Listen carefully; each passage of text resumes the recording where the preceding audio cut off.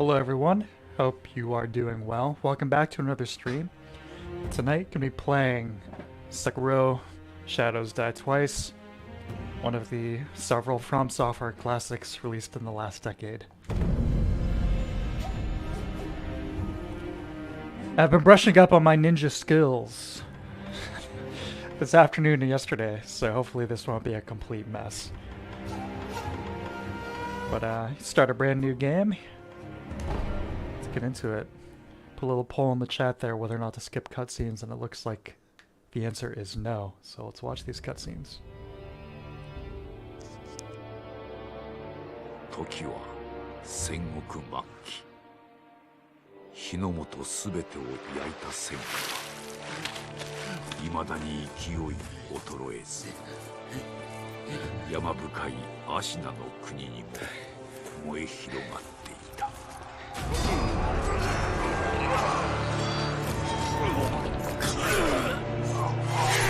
Kind of insane to think this game is already 3 years old.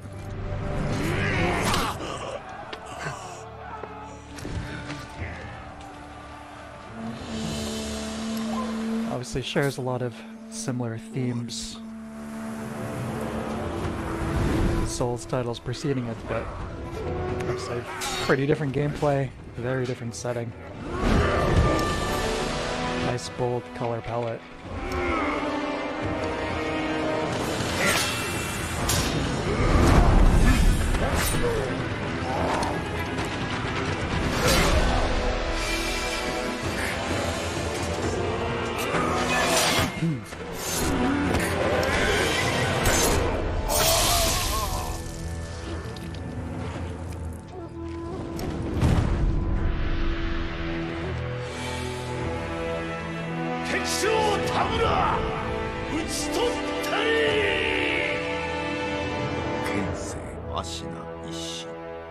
Curious to see if we'll get a follow-up for this at some point, you know? I mean, I don't think it sold Elden Ring numbers, but sold pretty well, you know? Definitely in the tens of millions, I think.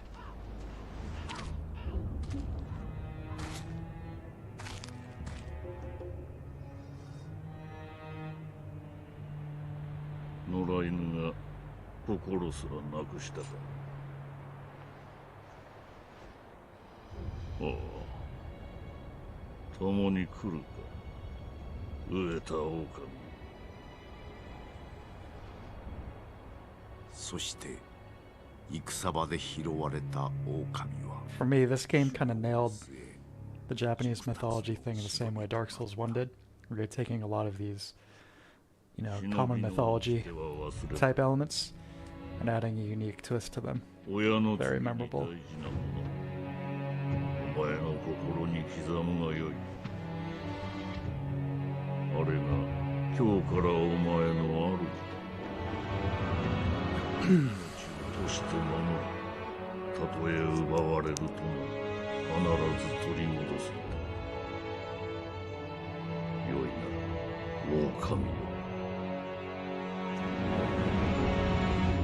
Yeah, our wolf's gonna be looking a little different. You'll see.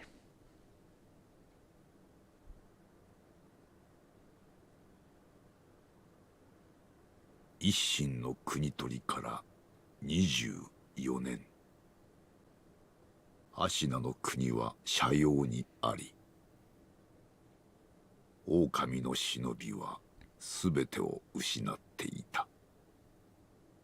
Hey, troop. 守るべき主も。I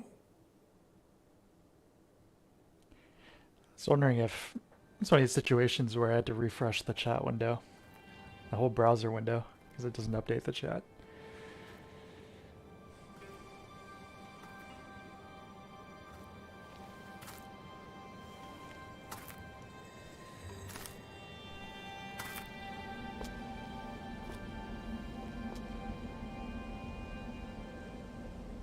Shinobiよ、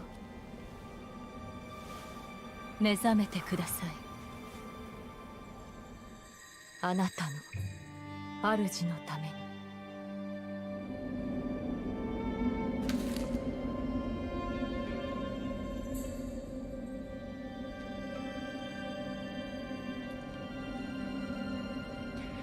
always gotta start off in some kind of decrepit tomb, don't we, Miyazaki? Some kind of dusty, forsaken hellhole. But yes, that's right. That's the shadow set. Just like I said in the video description, using a mod to replace regular Sekiro character model with the shadow set from DS1 or 3. So we can go full ninja mode. Oh yeah.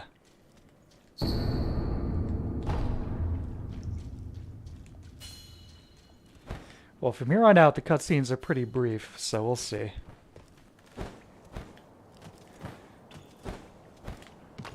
Definitely not Metal Gear tier.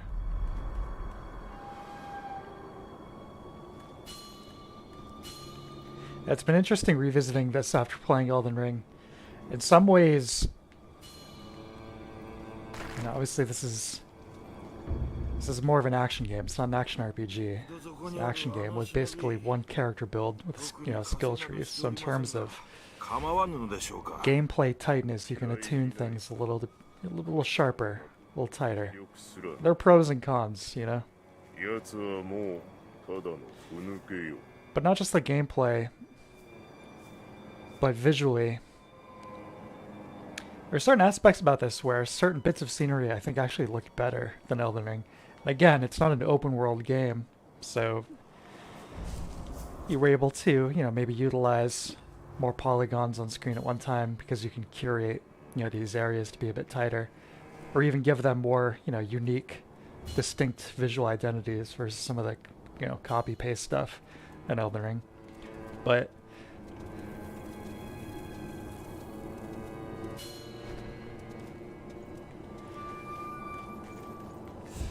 yeah, there's certain aspects, like the fire is a big one. Like we'll be seeing a little later.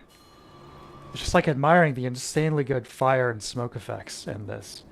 So you get some scenes in Elden Ring which are similar, but they don't look nearly as good. The fire doesn't look nearly as dynamic. That's just one example.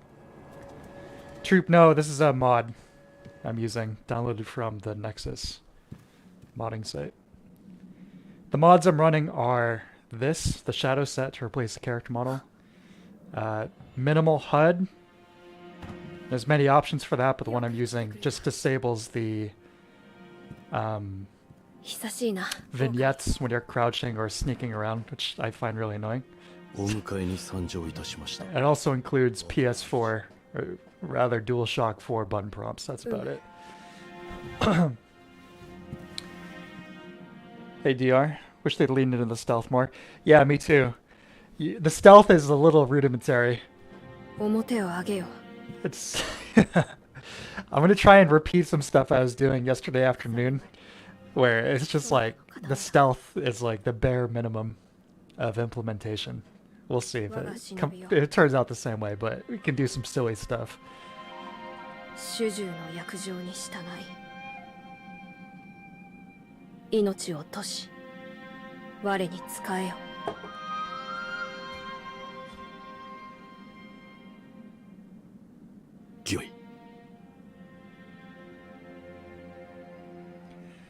I always thought this was the most directed FromSoft game. Yeah, definitely. Souls are soft sims. Yeah, I agree. Both counts.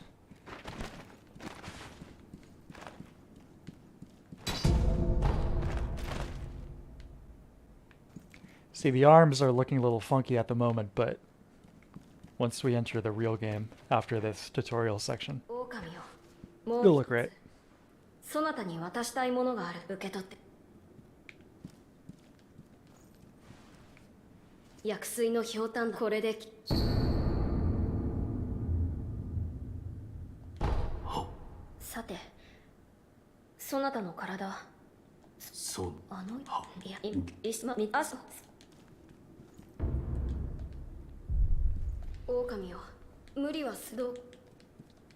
So Miyazaki sure loves the whole ash metaphor, doesn't he? I mean, the country, I mean, this is obviously 16th century Japan, but we call it Ashina here. Ashina, literally. We've gone from Ashen 1 to Ashina.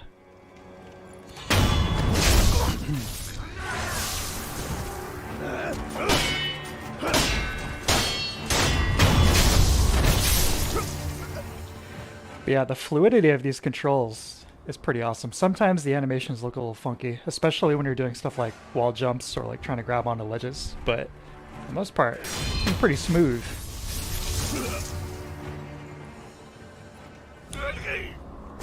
So I love some of these enemies take a sec to die too. Pretty morbid detail, but you know, fits with the setting. Not the ninja game you're expecting today. I think I know which one you're talking about, and that one may be coming next week. We'll see.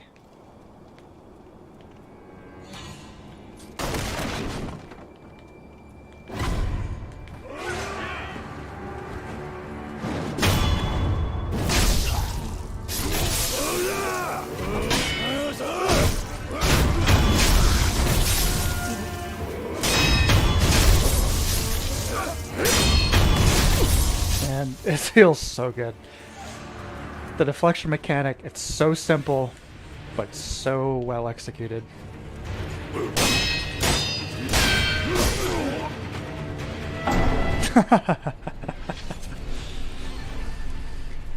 you go, first death.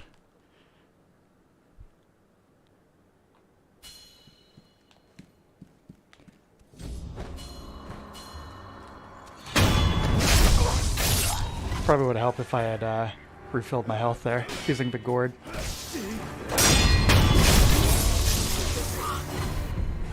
Why don't I equip it?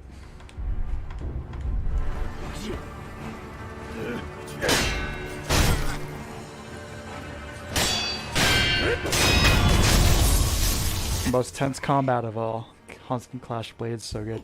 Yeah, both from gameplay and just the AV presentation side of it, definitely. It feels very intense. This is one of these games that there's so many moments where the intensity is just unreal. This is like, by the time I finally took out Ishin on my first playthrough,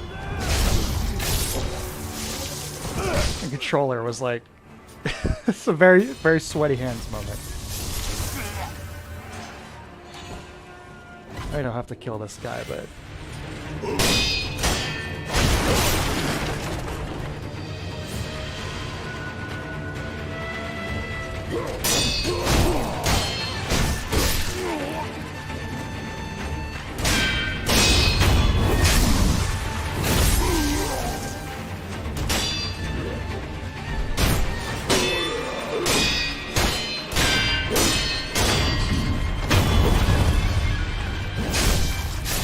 I really wish the battle music in Elden Ring was as good as it is in this.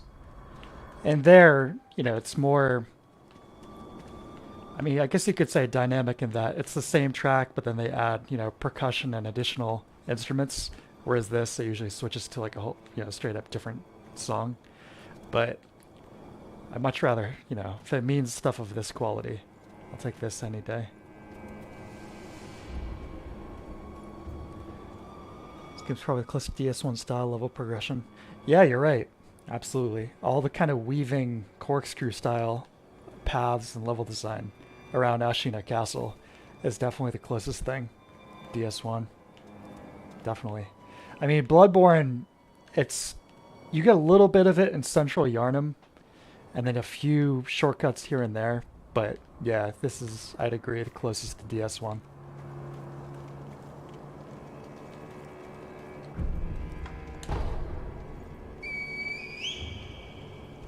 So cutscenes are still winning here. Or wait, no, it's should I skip the cutscenes? Yes.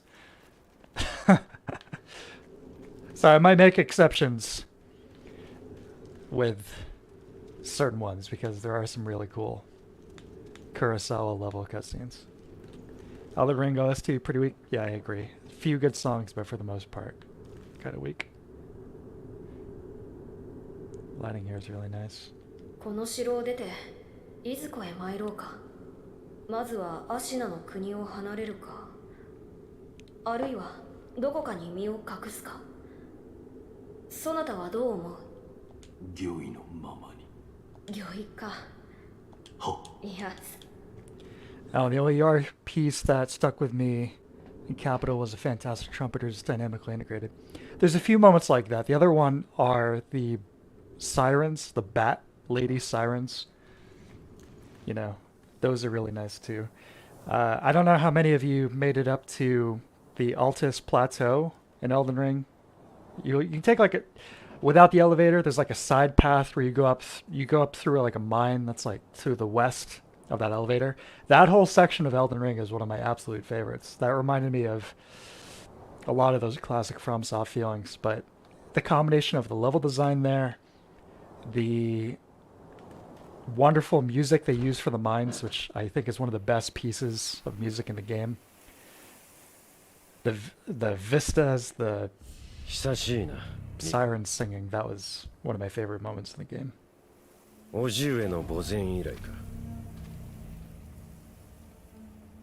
Yeah, I'll skip this. Let's see how well I can do against Genichiro here.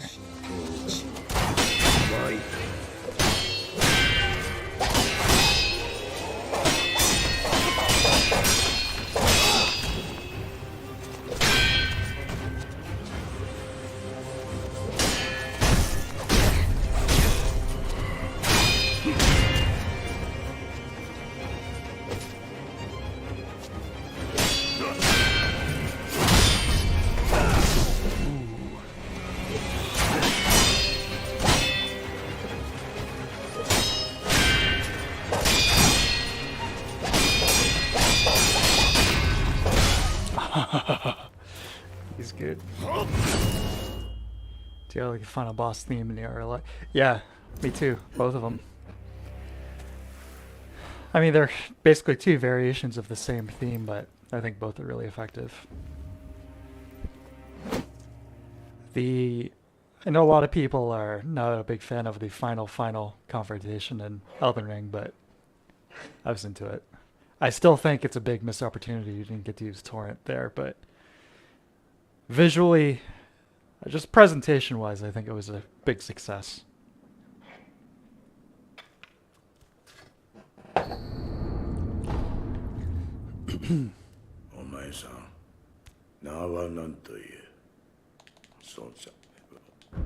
Your 40th playthrough, huh? One of these guys who leaves a negative review on Steam when he's got like 2,000 hours into it.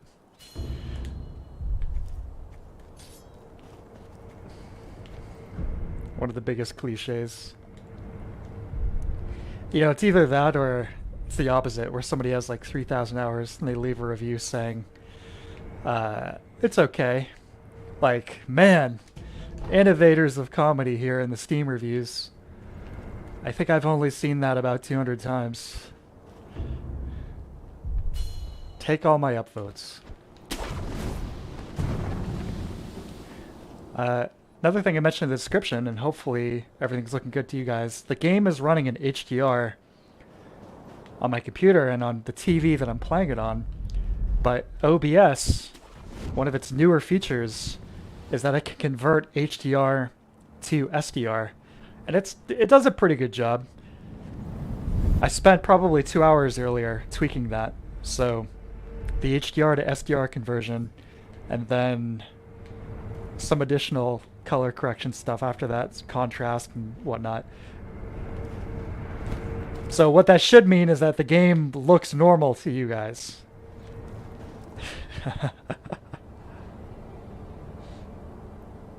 This is gorgeous though.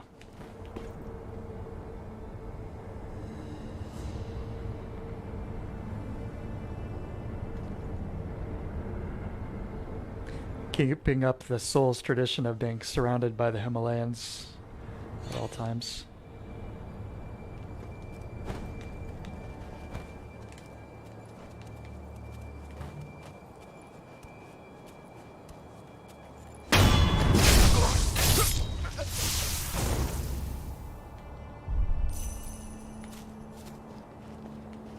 Yeah, this looks really nice. Beautiful. Also, I like some nice touch with the character mod here. Might be a little hard to tell, but that is still Wolf underneath the ninja mask. That's his face.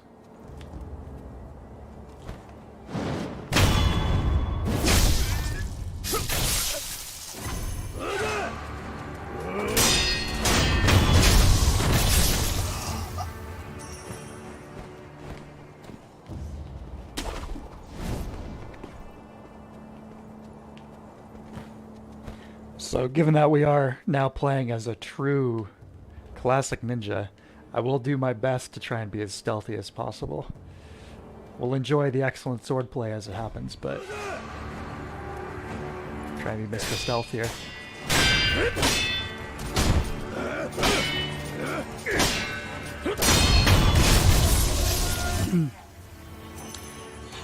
Did you guys have a hard time kind of adapting to the combat in this when it first came out? It probably took me at least 3 hours before I stopped trying to play it like a Souls game. And basically every time I come back to it, it's the same thing. Like I'm trying to, you know, evade attacks with a dodge.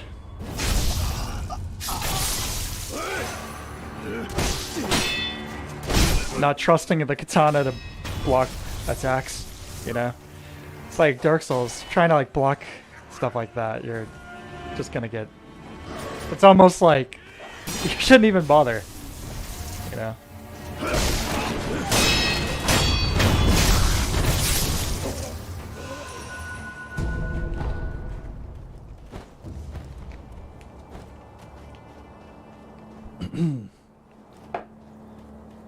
Hey Mouse, I really bet I played like years after it came out. Yeah. It's like for me, I was just like every encounter, I'm like doing this left and right. And they almost deliberately, not almost, they definitely deliberately punished that with tons of the movesets of these enemies and mini bosses and bosses. There are a few that you kind of have to play Soul style, but it's like trust in your katana's ability to block, you know, a 600-pound axe coming at your face. Or a giant ogre attempting to dropkick you.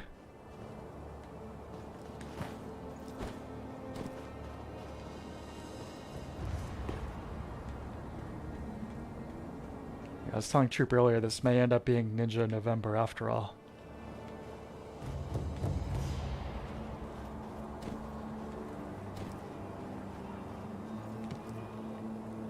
Those crows. FromSoftware, they got one sample library back in like 2008 of the crows, and we're gonna use those forever. But I like that. You know what I mean? Nope.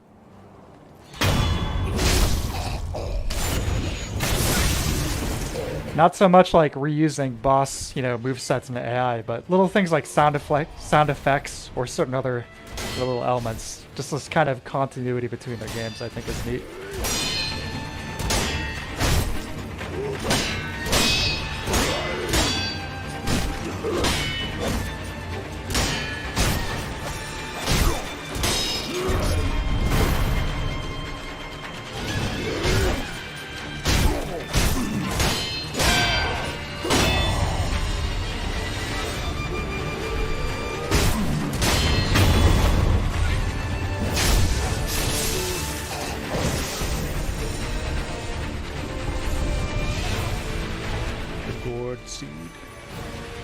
Yeah, the mini boss theme in this, oh man, that's so good.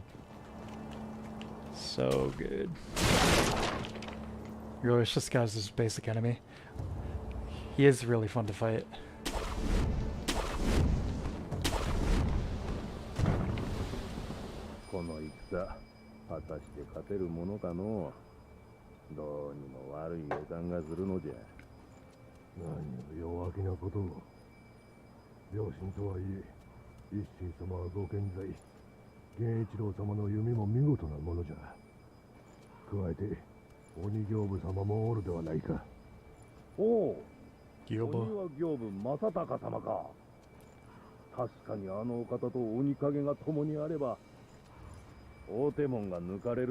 Not sure what my route is going to be. He might be our last boss of the evening, we'll see. It'll probably be either him or Lady Butterfly.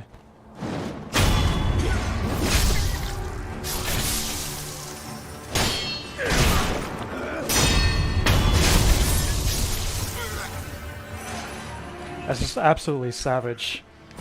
The sword through the armpit, through the torso, exiting through the neck. It's like the amount of arteries that are being destroyed in this single attack. Just outrageous.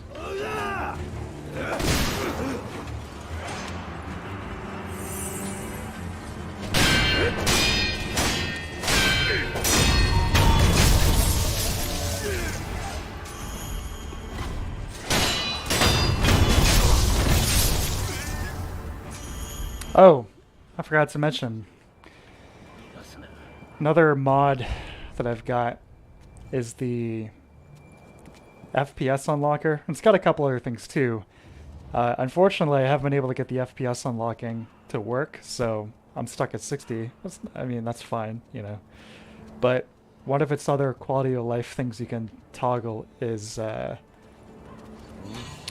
automatic item pickups, so you don't have to hold square every time you kill somebody. Which is, I'm not really sure why they thought that was necessary.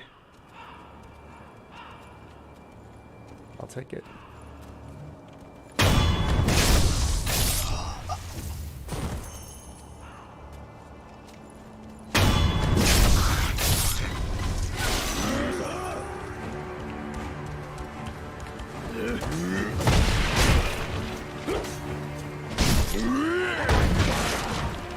So one of those examples I was talking about where it's like, don't be afraid to block this guy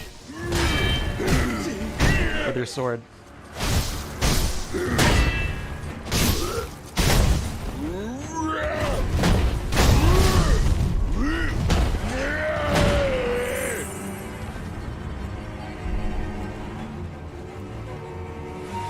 Here's a question to any Sekiro experts out there. Do pellets stack?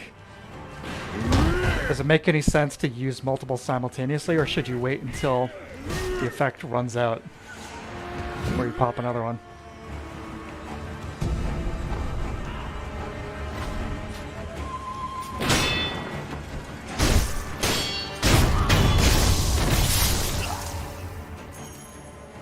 Is there a mod to turn down the death blow sound? Yeah, actually there is. Hold on a sec. That might be part of that FPS unlocker thing. Let me take a gander. Hold on. The colors are going to go all funny for a sec. Bear with me.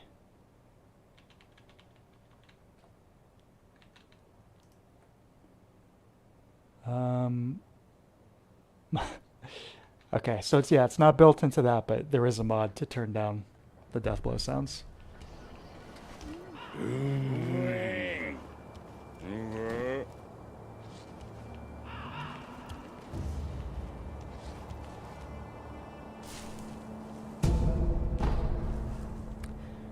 I keep harping on Elden Ring, but another thing is the way this game handles transparencies when the camera is getting closer to objects. It's using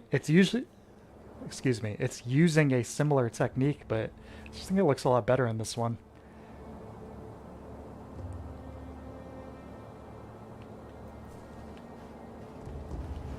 Anyway, no big deal.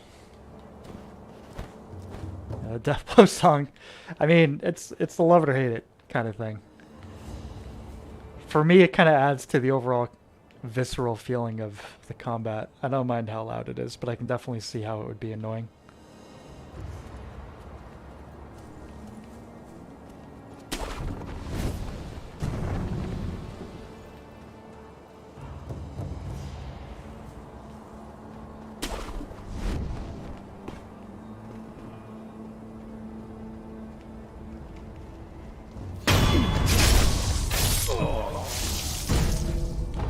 Try walking down this standard path here. This guy will absolutely ruin your day.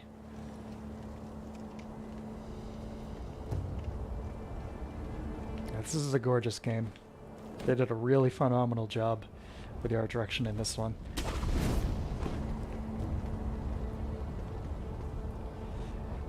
There's that time of day system going on. I mean, it's not dynamic, but as you play, time does adjust.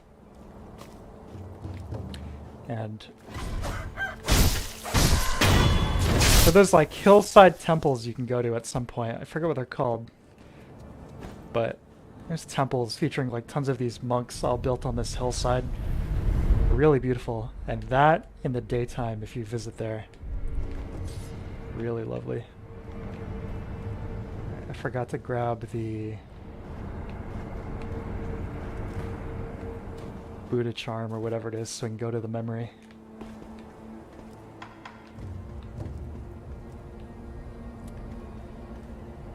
Is that...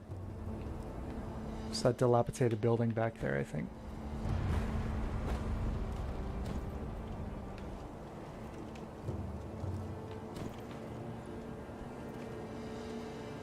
I did 50-50 for cutscenes.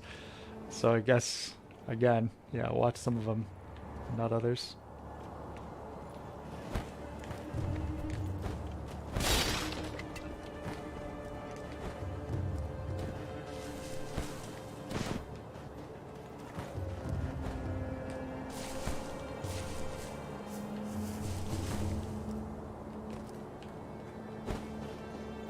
There she is. Sega.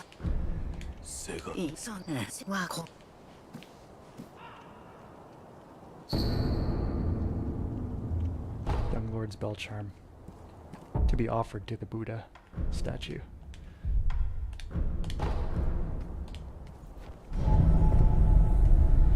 Yeah, the whole flashback section we're about to revisit here. I love it. Awesome, awesome, awesome piece of the game. Great atmosphere. Great enemy and level design too.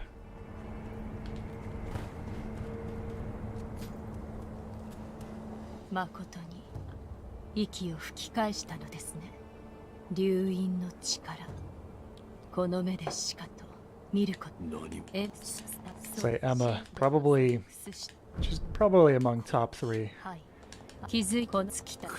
I mean, she kind of fulfills a similar role to the Souls level up ladies. She's a little bit more involved in the plotline though. A little more active. I still haven't done the bad ending, the bad route or whatever.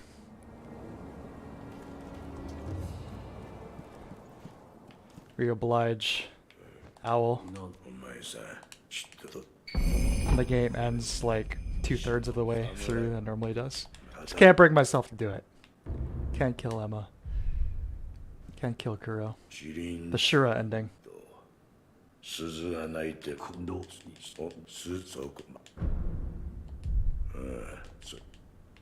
Did I give her...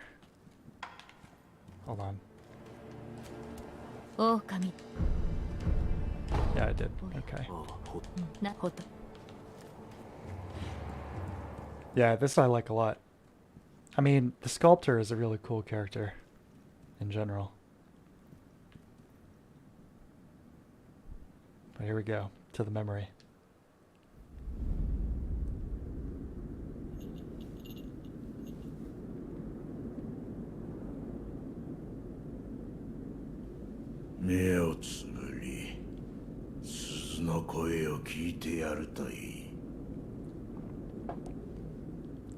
This shot right here, it was one of the possible thumbnails I was going to go with for this video. But I thought something a little bit more action-packed might have been good.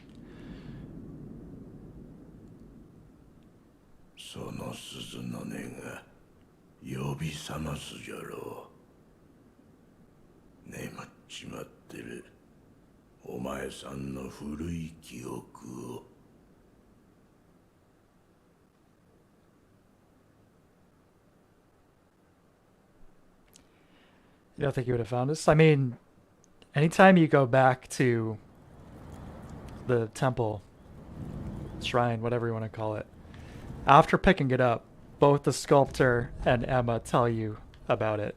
They definitely suggest, like, hey, maybe you should try using that. It's not even so much as a hint as they just straight up, you know, tell you to do it. Makiri counter. An ability so powerful that I'm not even sure if it should be optional or not. You know what I mean? It's like crucial. The Shinobi Hunter you find in one of the paths to the burning village. It's like, without the ability to do the Makiri counter, it's substantially harder. Oh yeah.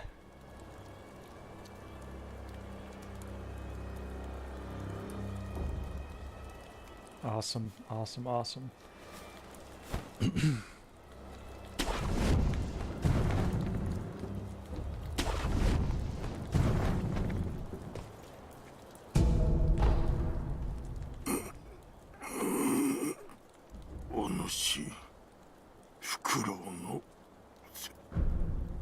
What year is this?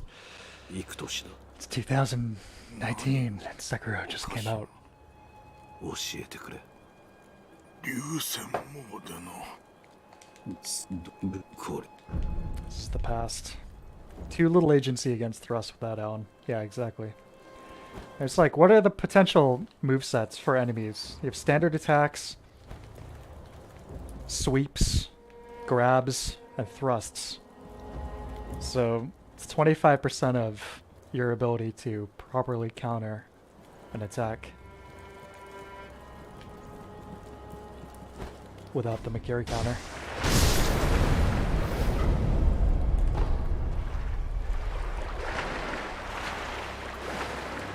Another nice quality of life thing here, being able to absolutely blast through the water.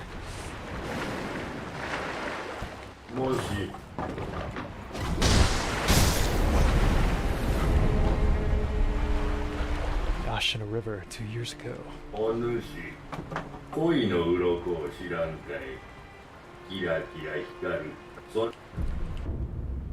Define grass? No. Yeah. It's all about that mask. Just save your scales.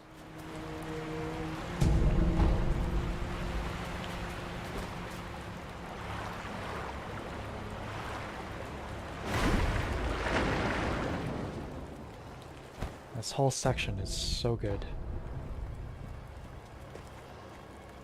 Yeah, I don't have shurikens yet. I don't have any of my fun prosthetics.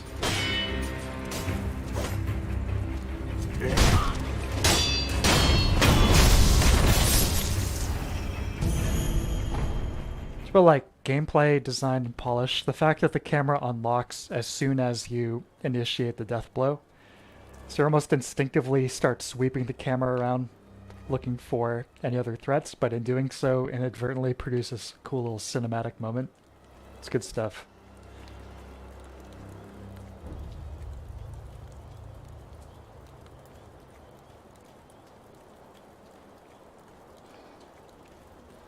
I don't think you can open this door. Nope.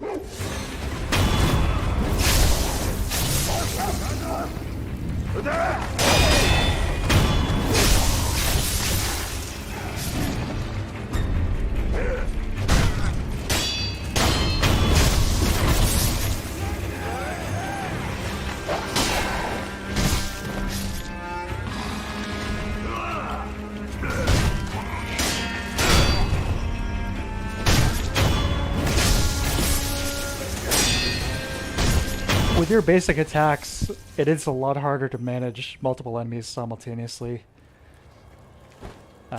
versus, you know, the Souls games, but again, it's a completely different gameplay philosophy, so it's not really a bad thing. But if you're a skilled enough shinobi, you can still do it. Plus you get that whirlwind strike pretty early on in the shinobi skill tree. I think it's somewhere in here. And you can do it.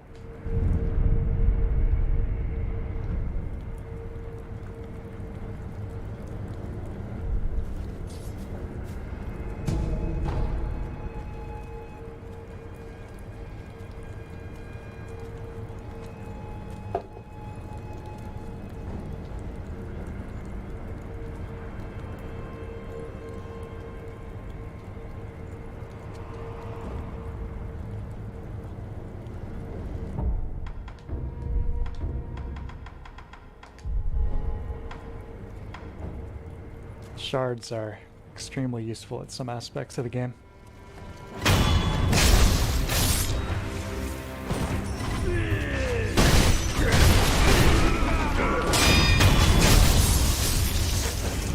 You'll see later, I'm saving them up for the post-ogre fight.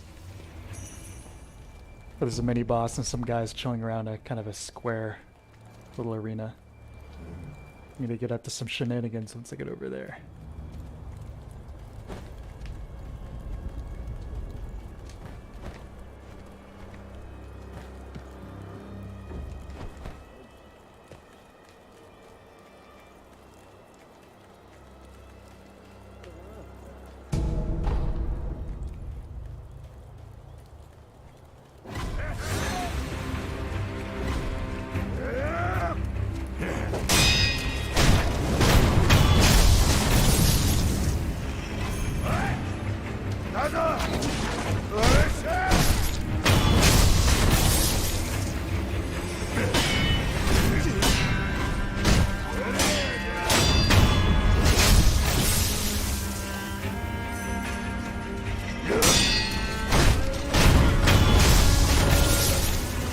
trying to remember where you get the shuriken. If it's just something the sculptor hands you upon one of your revisits to the temple, or if you find it. I can't remember. I should, considering, like I said, I just played this yesterday, but I don't remember.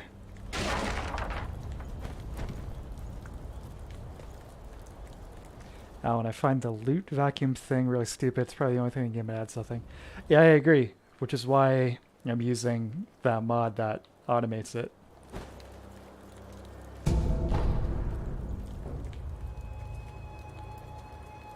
There's really no downside. You know, it's not like you have like an item carry limit. Not that you should, but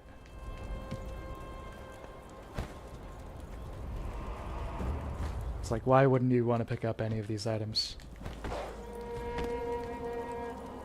There's not really a choice to be made, you know what I mean?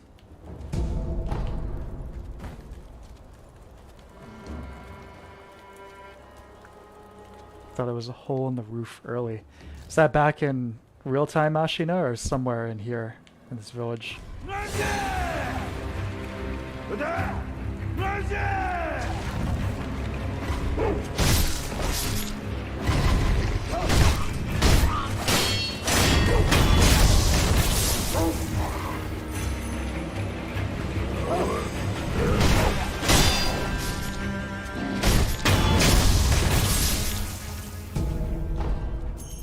Real time at the entry gate. Okay, I'll take a peek back over there. A little after this. Just kicking dirt.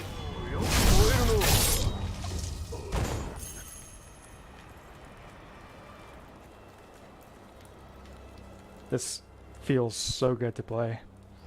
These controls are really nice. So I've been, you know, I played quite a bit more Metal Gear Solid 2 since last week. I really dig that game. I cleared all the snake tails, did an extreme run of the tanker, but playing this in comparison, control-wise, is obviously night and day. That didn't work quite how I wanted, but it's alright.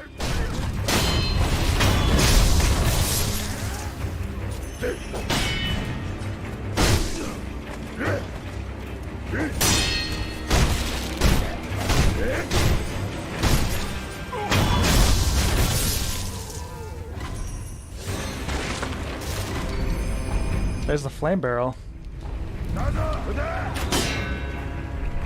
Very important item. Crucial for the ogre.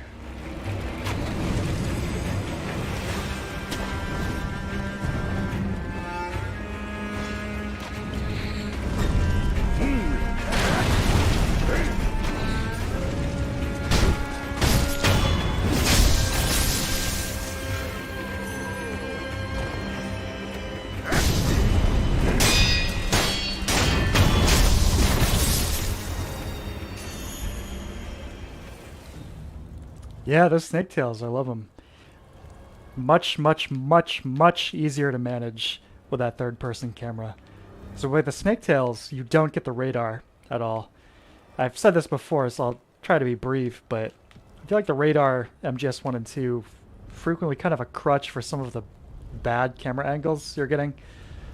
It's like, not that they're cinematic even, it's just like, you get these positions where you're at the edge of the screen, and Snake and or Raiden, you know, it's like the information we're getting as a player, so we can't see anything. We can't see 2 feet in front of our faces, you know?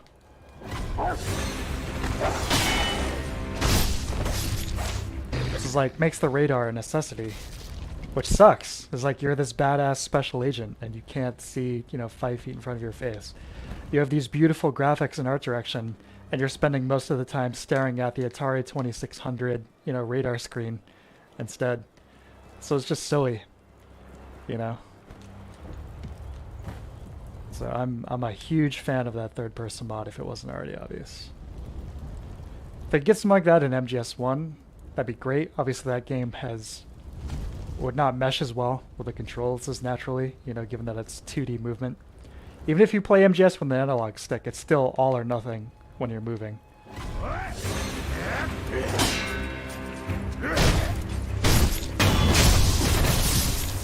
So it wouldn't gel quite as well, but I'd still take it.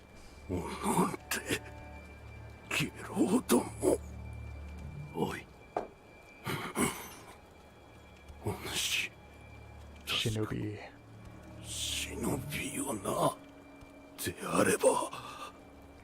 Should I remember where I draw my playthrough this? You should give it another shot, man. Great game.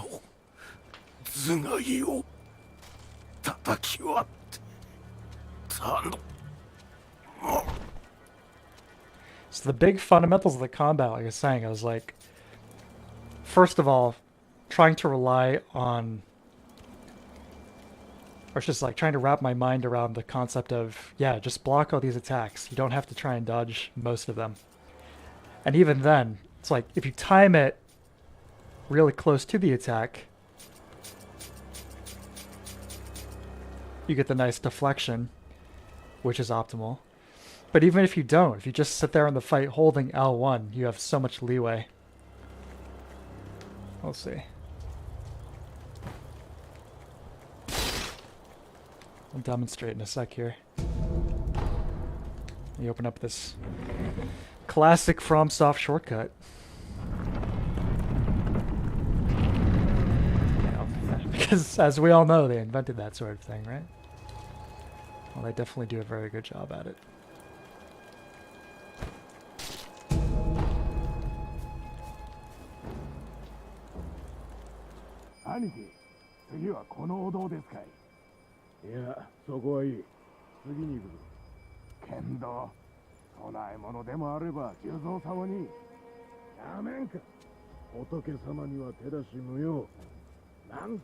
So this mixed me up quite a few times while playing this, but one of those guys you talked to earlier mentions the axe, and he says it's hidden in a tower. So naturally I look for the taller buildings, taller pagodas, right? Does this look like a tower to you? This is where the axe is.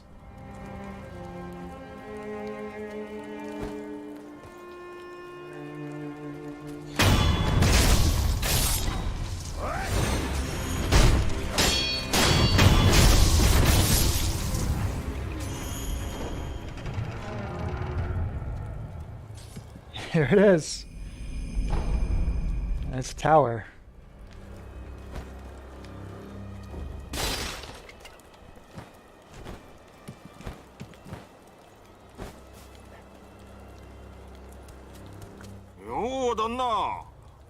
There are doors that open normally. There are. There are. You just got to be on the right side of them. It's good there. まあ何にせよ、ここはあっしが先に見つけた場所でさ。様子を漁ってください。ああ、そういえば、どっかの崖上に三重の塔が見える。Three-story pagoda on top of some cliff. あんだけご立派な塔だ。きっと中にはお宝がしまわれてるに違いねえ。あっしならそう思いやすね。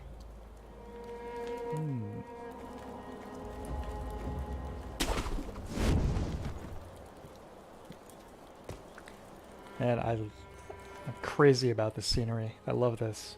This is so well realized.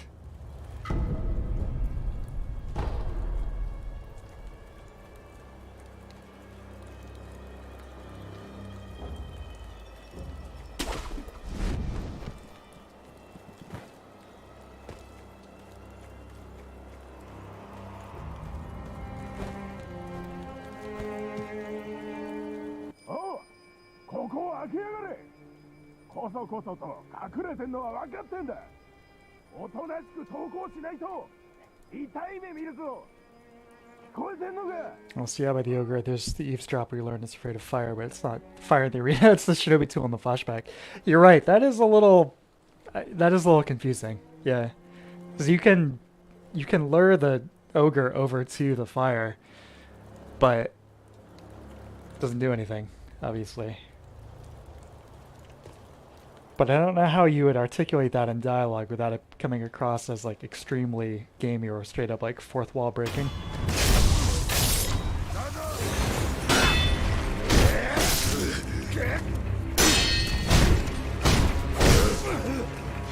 It's like the ogre is specifically afraid of the shinobi fire. I don't know.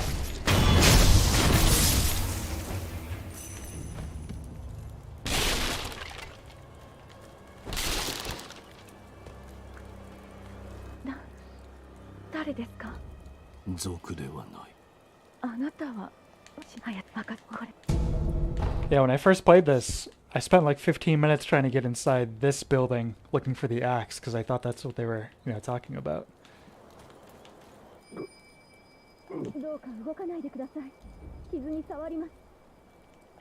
Also, as another kind of outlier in the Miyazaki canon. I mean, I guess most similar to Bloodborne, but less so. It's like society is not full-on apocalyptic at this point. There are still plenty of people, normal things happening.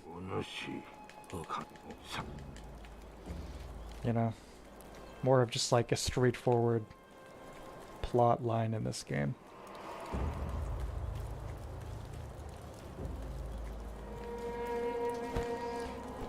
Anyway, that's not a criticism, just kind of observing.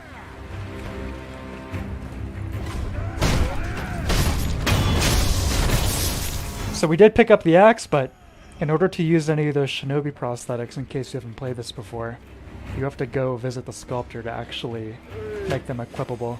So instead of trying to fool around with these guys, which basically require the axe, we're going to take a little dip.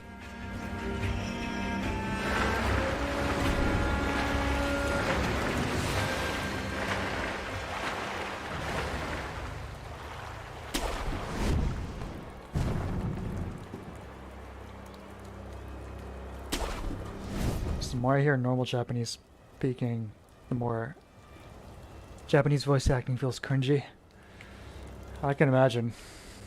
Fortunately, I don't speak Japanese, really have that much experience with it, so I don't have that problem. But I can understand how I'd feel that way.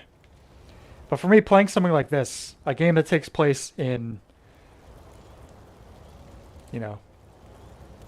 Japan in the 1600s, I gotta go with the Japanese voice acting. I can't play this with English. I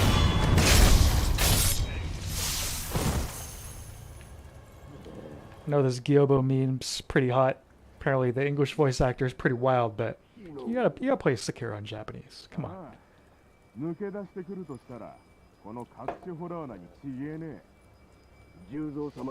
I have not tried the Resurrection mod.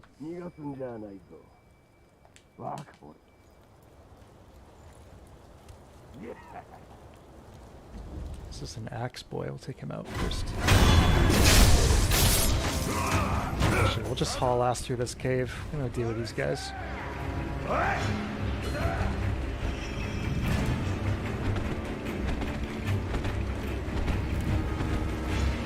Not quite Ryu Hayabusa levels of wall jumping, but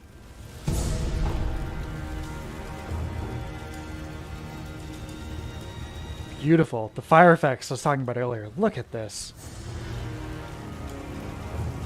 This right here.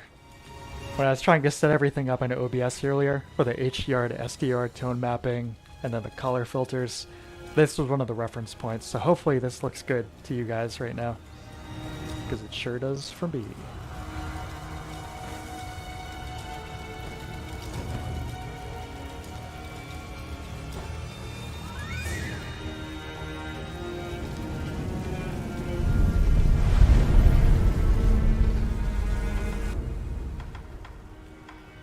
Yes, give me the Makiri counter, please.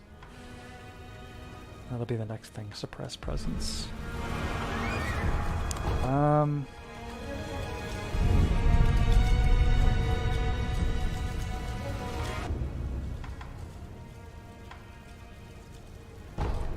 I'll take a trip back. We'll see if the sculptor gives us the shuriken. If not, maybe I'll take a quick trip back to find that. Sure, looks good, but I swear HDR is a total meme for like 99% of monitors. It's definitely still the Wild West when it comes to Windows and monitors just in general. I agree with you there 100%.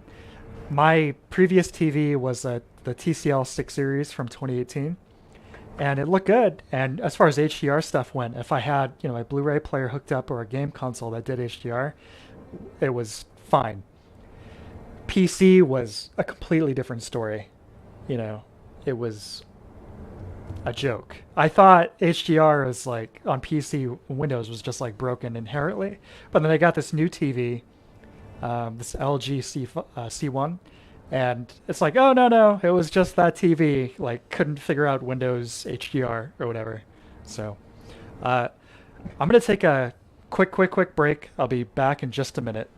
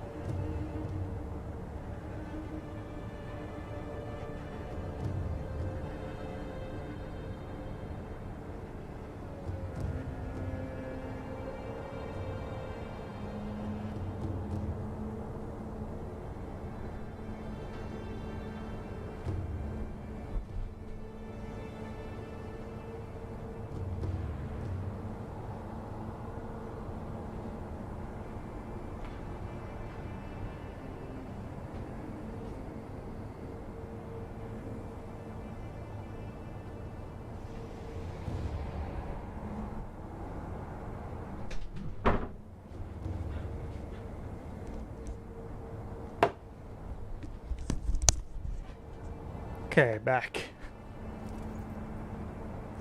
The HDR phenomena. Kind of weird how monitors all on the refresh instead of spirit color and contrast.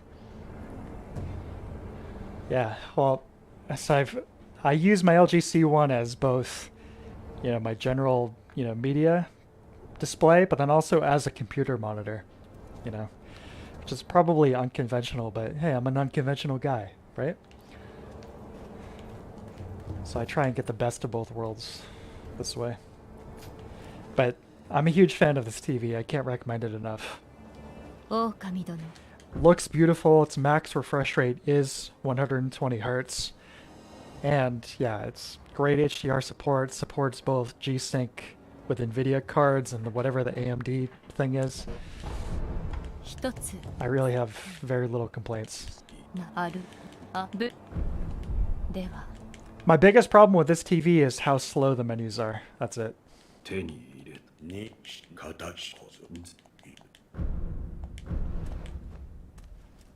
Yeah, give me these shinobi tools. Give me the axe. Give me the flame.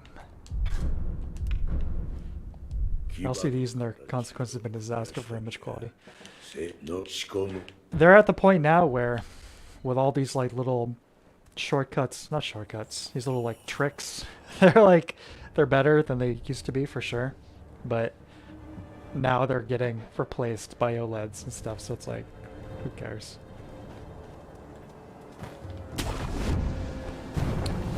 Yeah, I remember we got our first my first LCD TV. It was like, yeah, it's flat and it's a lot lighter, but it's like, yeah, right. I remember even back in like 2007 when it was starting to like happen, I was like, this doesn't seem as good in a lot of ways. Like there are a lot of pros, like the size, your average TV. Come on, there you go.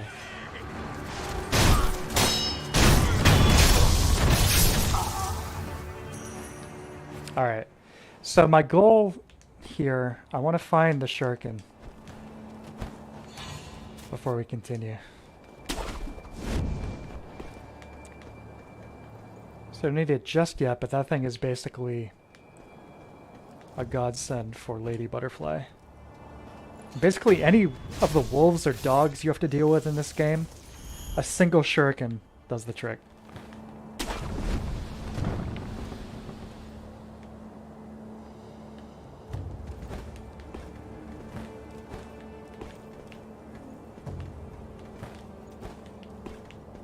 Let's see if we can scout it out.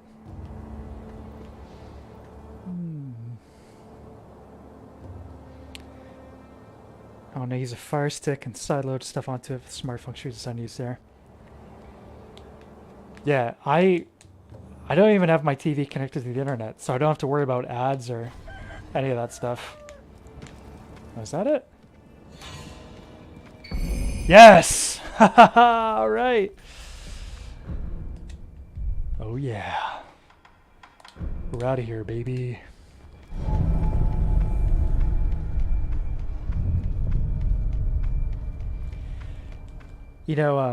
My TCL, like I said, that's a great TV on a, and that budget range, awesome TV. The 6 Series, specifically that 2018, and fantastic. But that TV had a really annoying little feature where if it wasn't connected to the internet, it would just perpetually flash the little power LED in the bottom right corner of the TV continuously to try and annoy you into connecting it to the internet, which is just heinous.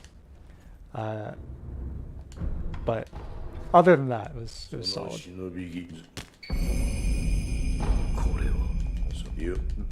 Alright. Nope. Give me my arm back, please. Thank you.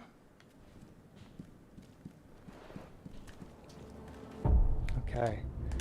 Shuriken, axe, vent. With your powers combined, I am Shinobi.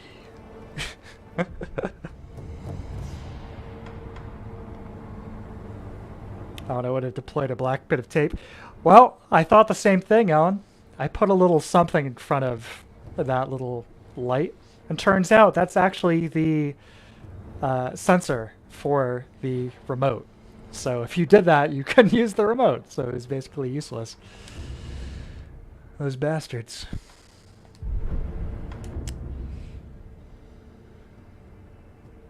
DRs remember looking really low res when LCDs came out. Yeah, definitely. So I've talked about this before. I think I told you this story before, but in 2007, I was still living at home with my parents, and my dad won some settlement, basically. So we had some cash and decided to spend it all on totally doing the home theater. So we went from, some CRT from the 90s to like, the latest and greatest 50-inch, which isn't even that big now, which is funny, but at the time it was massive. Went from like a 20-inch, old CRT to a 50-inch LCD Sony with a 5.1 surround sound setup, all this crazy stuff. And the next week, Metal Gear Solid 4 came out, and playing that on that whole setup was, for a variety of reasons, quite the experience. But even then, it was like, why does this look so kind of like faded and kind of not punchy? Anyway. So, let's see. We've got the tools to go both of our available paths right now. Do I want to take on the ogre? Sure, let's do that first. The ogre, and then the rest of the flashback. I would really like to do this first try, but we'll see. 赤鬼め、縛るだけでは不安じゃのう。戦の前に我らが襲われてはしょうもないわ。いざとなれば火を使うしかあるまい。赤目は火を恐れる。そういうお達しじゃ。お達しね。変わっちまったな。In the world today, if they kept making CRTs, I think there's one company that is still manufacturing them. I think. I mean, I love CRTs, but I think by this point it's probably okay that we've moved on. I think we're kind of catching up in a lot of ways. Like this OLED I'm playing on, the C1, it's getting close with some of those like specific CRT things, like input lag, lack of motion ghosting. But, and black levels, it's definitely close.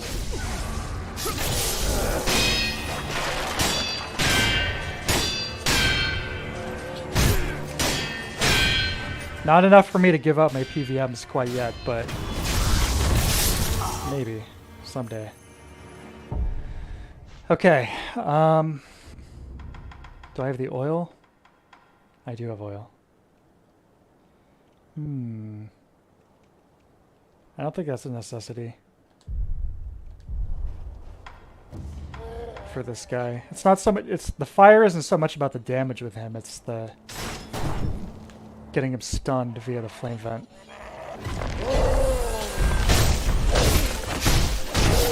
Alright, here we go. Chained Ogre, aka the filter of Sekiro.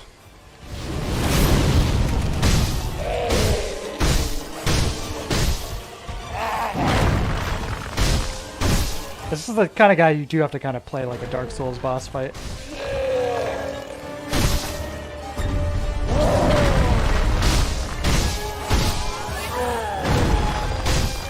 Say hesitation is defeat. Well, with this guy you do kind of want to play a bit hesitantly.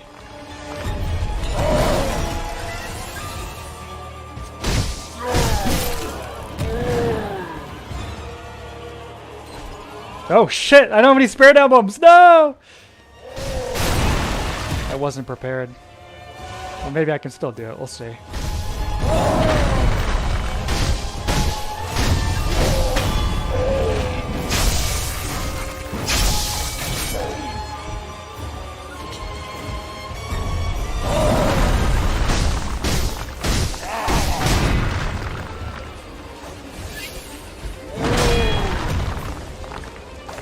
Come on. Some of those grabs, Ninja Gaiden quality, lack of startup. lack of reaction time. Like that one right there? Oh boy. Yeah, you want spirit emblems. You want the flame vent for this. Oh my god. He's going nuts with the grabs! Ladies and gentlemen! Oh my god! He's an animal! He got me.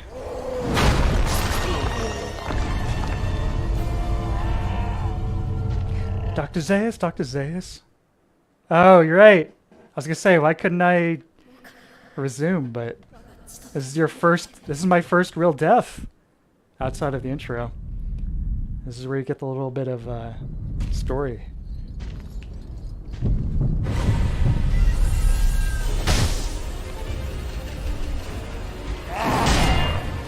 Yeah, some of the grab hitboxes are definitely a bit wonky. There's the other thing going on too with the camera rotation, where you will not block an attack if it hits you in the back, regardless of whether or not you're holding the block button or not.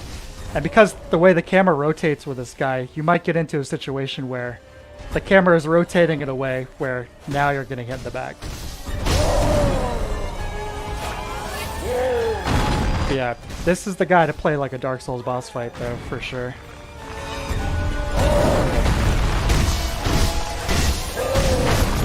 Oh my god.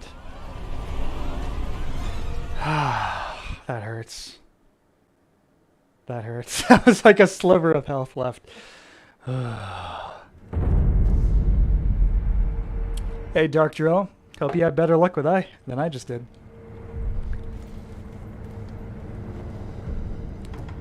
But let's play smarter, not harder. I almost downloaded the mod that turns this guy into Shrek, but I respect you guys too much to do that.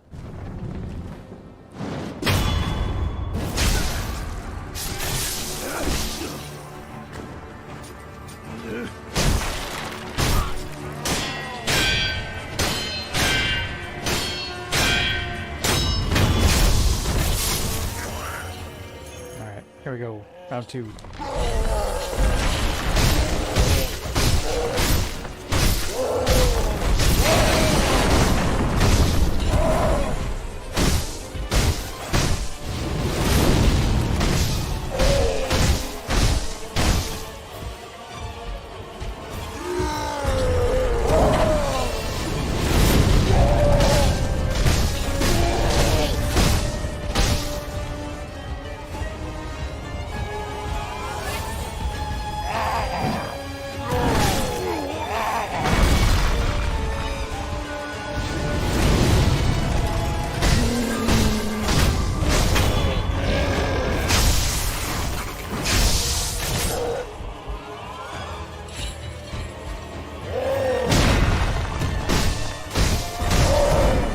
That's like clutch grab right there. That happens so fast.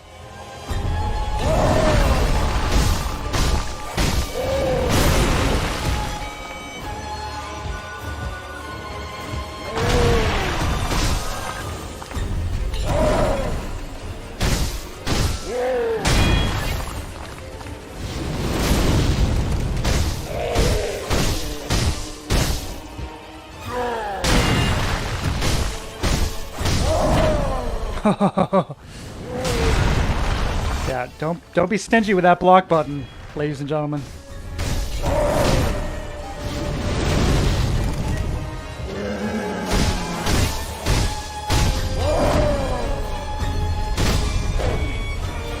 All right, there we go. Yeah, I do think this guy is placed a little early for the game. I do think so. And I mean, you can't continue this route, which is the main game progression route, without beating him. You get that, you know, classic Demon Souls holdover fog wall, which I always find it amusing. After Demon Souls, they never bothered giving explanations for, you know, why that's a thing. You know? I mean, at least in the Dark Souls games, you have the concept of, like, souls being this, like, you know, tangible you know, entity that may be influencing the world. Here is just like, we're gonna smear some shit over that door. You can't go through it just yet. But yeah, as you can see, fire is the way to go. Let's get the hell out of here.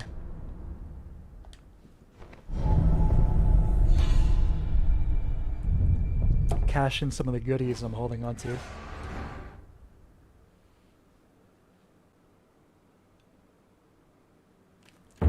So when you mentioned Marduk, I was playing Tekken 7 a bit more yesterday, and I think my main in Tekken 7 is actually Jack. I've always liked playing as Jack, but him in Tekken 7 really clicking with me. The only character I can really make any headway with online. I don't have a new prosthetic. What am I doing? Just here to give Emma the seed.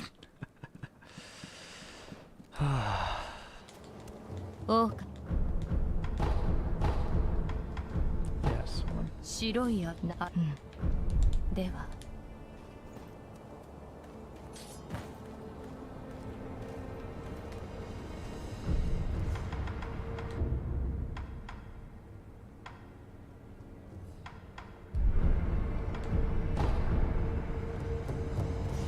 Can't pick a character roster so deep. It is huge. I wouldn't mind if they scaled it back a bit for Tekken 8. I know the motto is usually more is better in video games, but it is pretty insane. I think it's still short of... I think Tekken Tag 2 still has the bigger roster by maybe like 2 or 3 characters, but it is large. Okay, next challenge is going to be back to the Hirata estate, taking another path on the path. I'm going to go up against the Shinobi Hunter, in which I will hopefully demonstrate the value of the Makiri counter. Hopefully.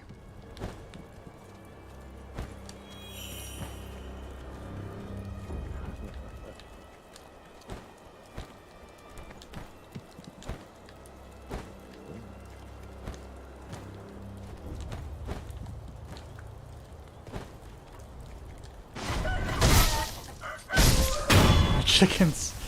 Almost forgot about those guys.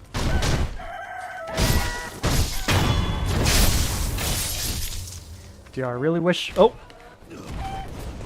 Chicken, you dare look at chat? Time to peck your eyeballs out. DR, I really wish FromSoftware would stop adding free fast travel to other games, like DS1 was an accident. Yeah, I agree. I think, it's some, it just comes down to the rest of the game, of course, but a lot of these games, yeah, absolutely. It just makes the world feel smaller and, more video gamey. Elden Ring, the size of the world, like, yeah, fast travel makes sense, but the thing with Elden Ring is the sheer number of, I was going to call them bonfires, excuse me, sites of grace. It's like, you kind of take away from the feeling of exploring like a wilderness when you have a site of grace placed like every couple of minutes. It was a neat idea with the Stakes of America where like these are places you'll respawn, but they're not places that you can travel back to. I think that's a great idea to kind of compromise, but even then the sites of grace are so close that traveling doesn't really feel that risky, You think of like playing Dark Souls 1 and like the feeling of going from kind of like mid-depths into Blighttown and then not getting a bonfire until the literal very bottom of Blighttown. And the feelings you get as a result of that. Like, that's awesome. And that's something I thought was missing big time.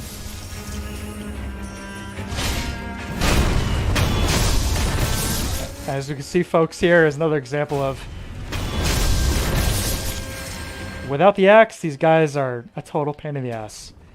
With the axe, no problem.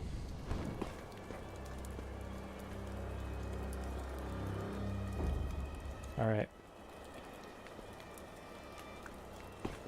Here we go. Here he is, the Shinobi Hunter. This guy. Out of when I first played through this, the two big filters were the Ogre, which I just took out, and then this guy who was truly, truly, truly unstoppable.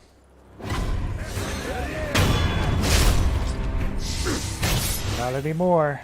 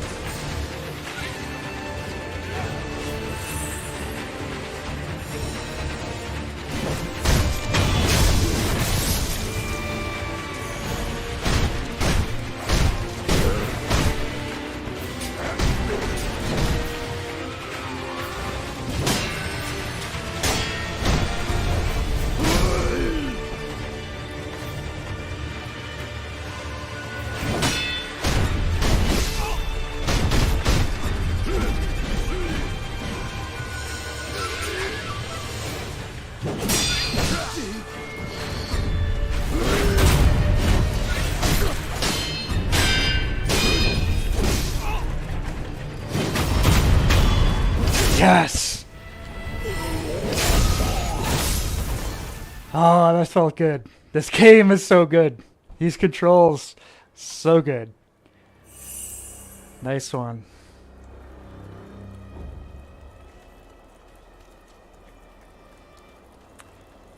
A lot of comments in the last few minutes there. I agree with everything you guys just said.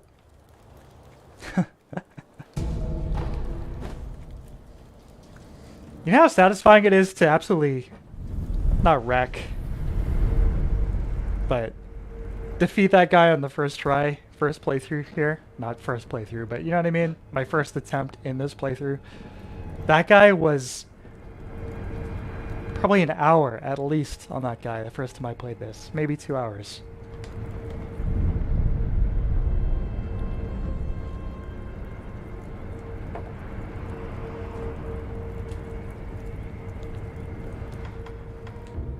Yeah, I do think, I said I loved Elden Ring, but I do think it could have used some more traversal options.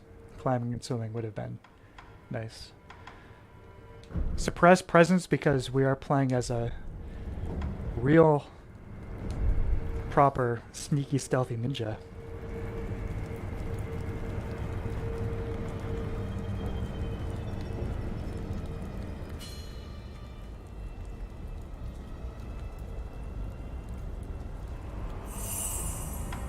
A mispress. Whoops. Just hide in the bush and everything will be alright.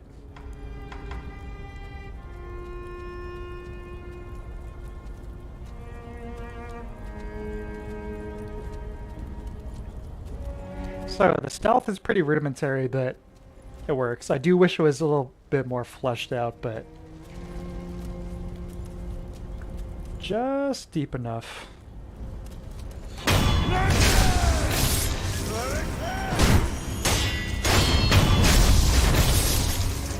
So might as well have brought the wild glider and a grappling hook where we're at it too. I don't think we have to go that far, but I do think, you know, just an option to do some, like, I don't know, free solo climbing, or yeah, something involving, you know, like rope climbing or something would have been neat. I gave this example probably several times now, but it just seems like it would fit in very nicely with the whole FromSoftware ethos, you know, like encounter and enemy design, where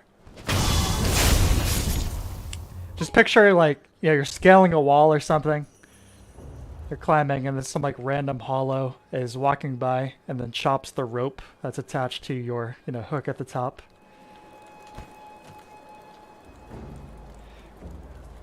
If not even swimming, just opportunities to traverse water in some way. Like maybe you could get some kind of like little boat.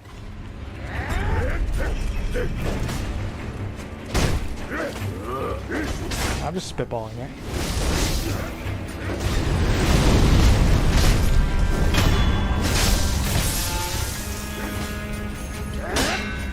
Still alive, are we? He's sarcastic, okay.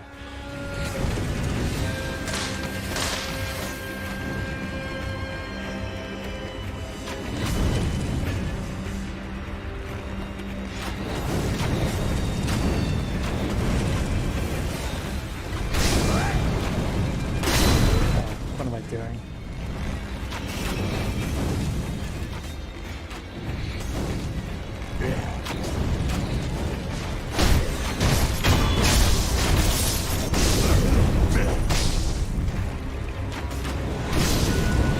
Playing like an absolute jackass is what I'm doing at the moment.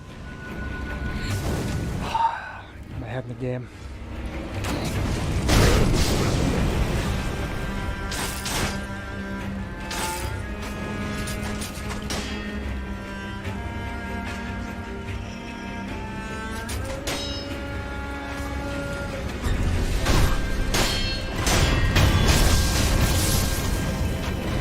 Look at those hitboxes, baby. I know I was probably still in invulnerability frames from the death blow, but let's just pretend that's intentional.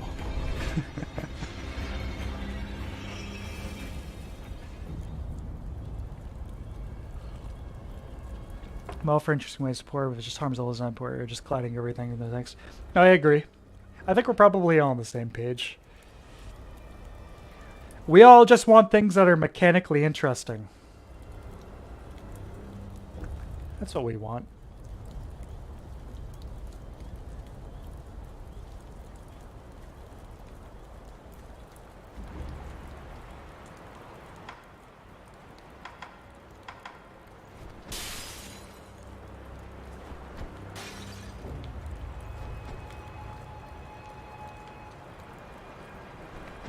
The curse of the short throwing distance of our FromSoftware protagonists continues. Unless they're within like 10 feet.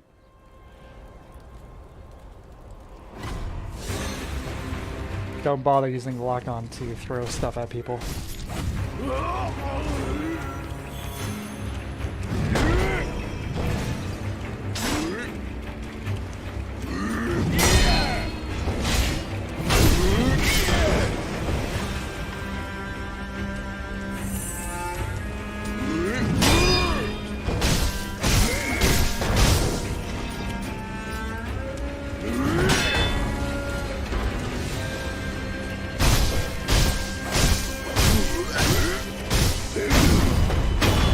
So that posture meter looked plenty filled to me. There you go.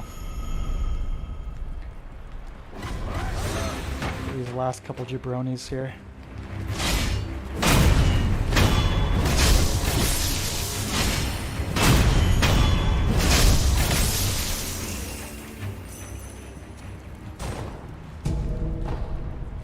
I love the scenery in this.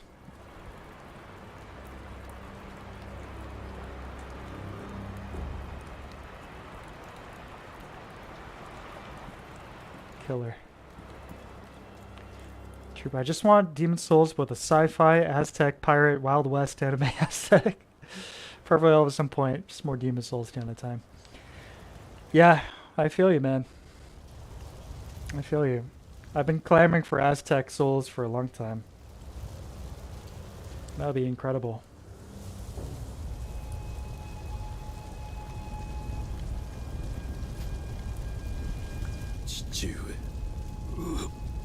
Central American or African Souls. I want jungle.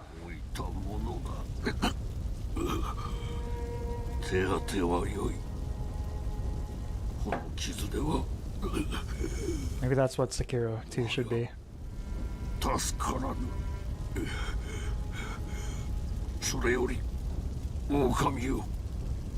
Do I think we need a FromSoft made a survival horror game?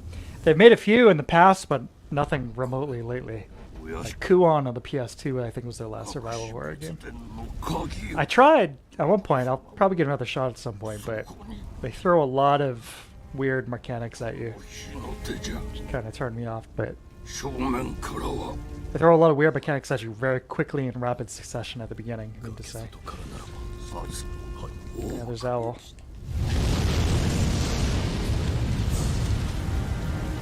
Cheap. No, I know what you mean. No, I don't literally want Demon Souls. I just want something with the same kind of approach to, let's stick to a specific framework, let's not go too big with it where we have to resort to copy-paste type stuff. Just like a finely tuned experience where the gameplay and the aesthetics come together in a really tight way.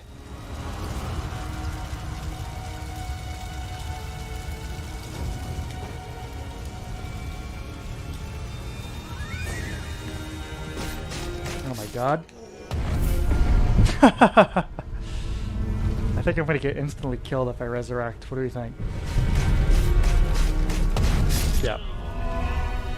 That's okay. Getting burned by the invisible fire.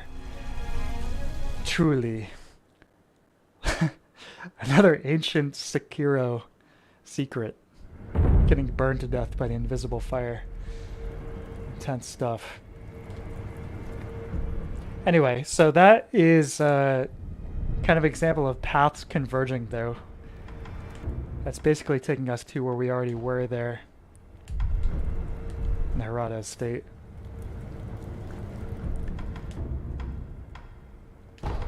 So now I'm trying to think, is it time to take on Lady Butterfly?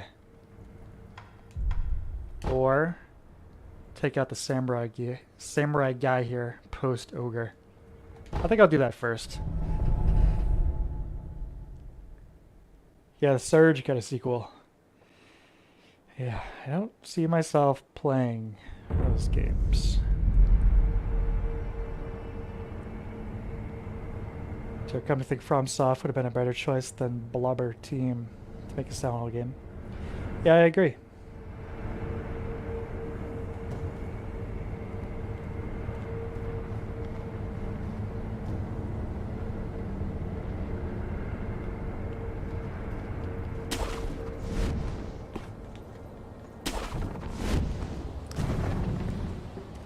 Still thinking about doing a video on that Silent Hill 2 remake. It wouldn't be super long or in depth, but I'm still thinking about it. But I also wonder, is like, this really worth my time?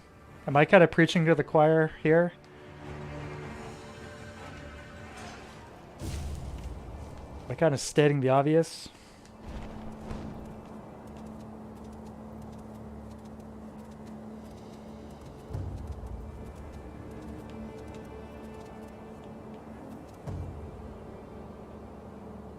Alright, so I mentioned the ceramic shards here earlier, so check this out. Well, let's see what happens when I throw an object at this guard standing watch. I know.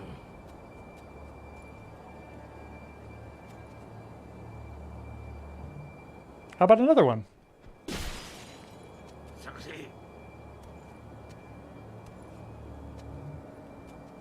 Huh, somebody's throwing stuff at me.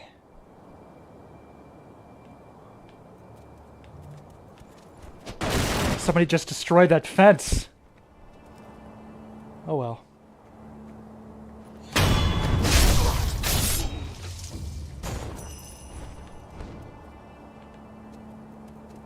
How about this guy?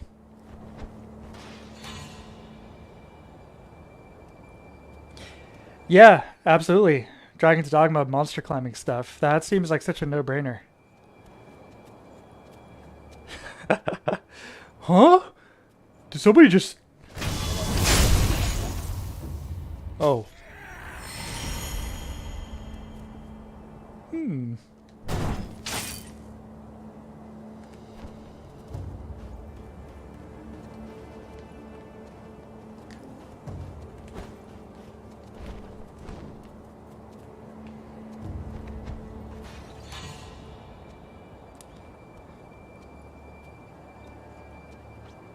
What are you doing, Sekiro?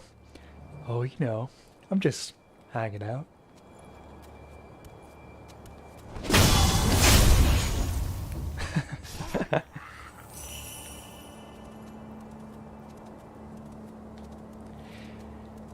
Yeah, something I kind of crapped on Resident Evil 8 a lot for was marking everything you can interact with like bright shiny colors. There's like yellow duct tape on every object you interact with. Here you get these like, okay, you can hang on to these edges. So we've indicated that with this kind of like weird drippy bird poop pattern. But visually it manages to be a little bit more subtly. A little more subtle than the RE stuff. Which I think is a good kind of halfway point if you're going to do that kind of thing.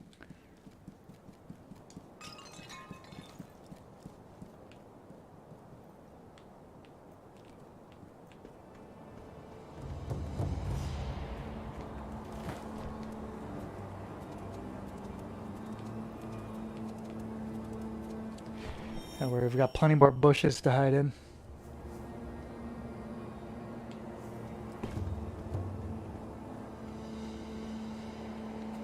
Now I like this. This is a good example of a kind of a self-contained little stealth section here. It's like before we take on the mini-boss, he will pretty much immediately aggro the rest of these guys. We're going to try and pick off as much of the regular guys as possible.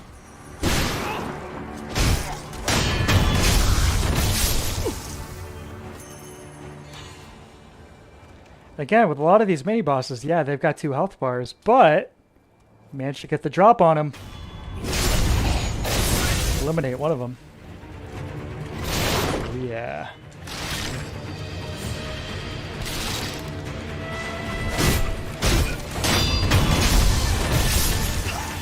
And now it's just down to you and me, samurai boy.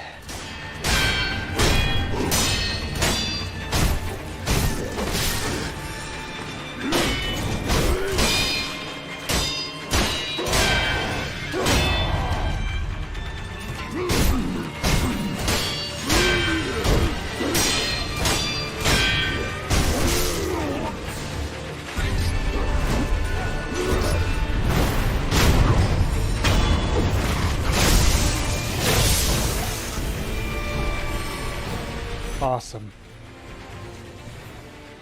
It's like first FromSoftware game I really got into was Demon's Souls, of course. Played those, but with this game, it's like you get used to the formula of Souls, and this one kind of shook me out of it. It was like the same routine of like getting absolutely clobbered the first time I was playing through it. Oscillating between, yeah, this game's pretty good, and this game's terrible game design. But then coming back to it and like, no, this is really, really, really good. I like Demon's Souls better still in the end, but man, this is a great game. Definitely one of their best titles.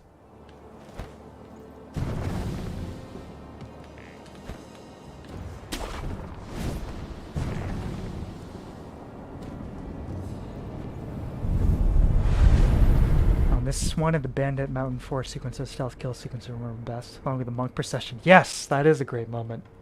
Not going to see that one tonight, but that is good. Yeah, I got 4 beads. And hits.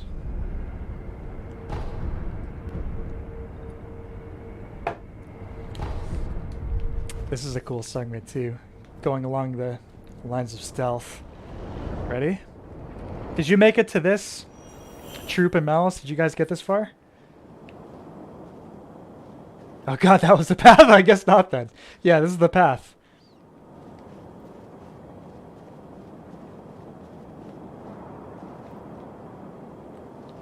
Yeah, you just go left on the bridge there. You just go left. Get ready, boys, since apparently you haven't seen this.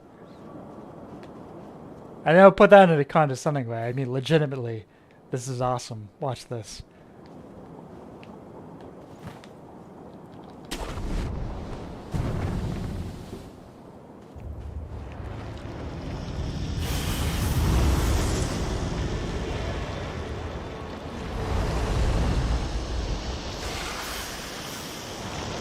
Oh my god.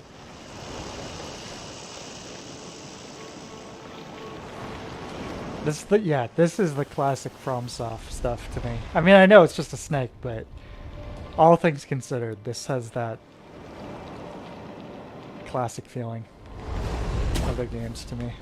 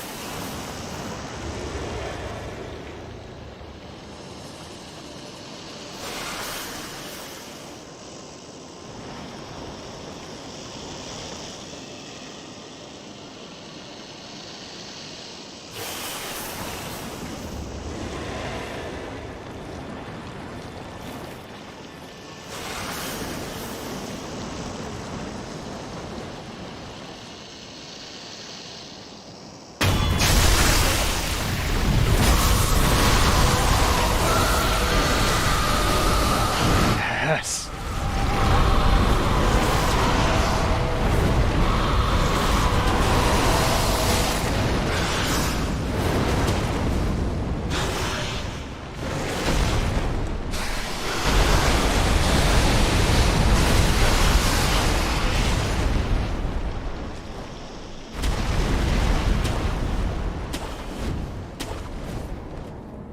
What a game.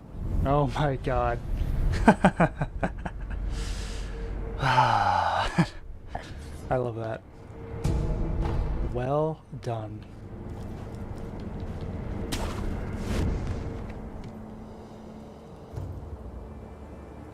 They are definitely better than Dark Souls 3. I don't know. They might be kind of equal for me. I've grown to increasingly appreciate Dark Souls 3 since it was released. Out of any of the Souls games, it's the one I have the most hours in. Whoops. Oh well. If I hadn't just brutally murdered that guy, we would have heard him lamenting about his horse here. We all know horses don't typically get such a great fate in these Souls games, but this guy paying tribute to his horse, put a blanket on his horse. He's a good guy, good horse.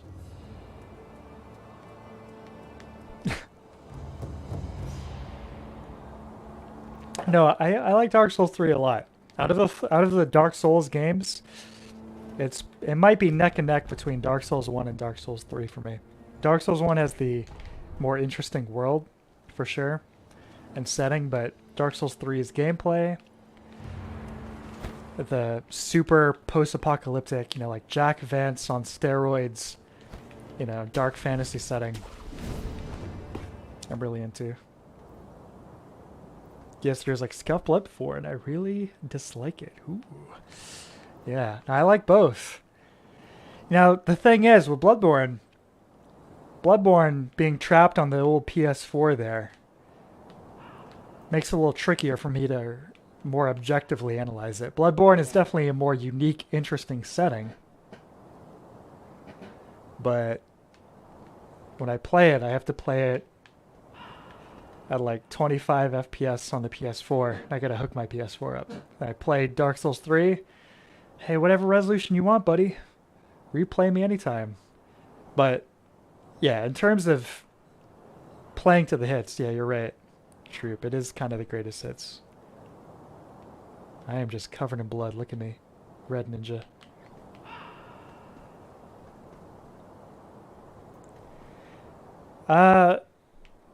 Let me try Gyobo with no Estus. Let's do it. Excuse me, no healing gourds.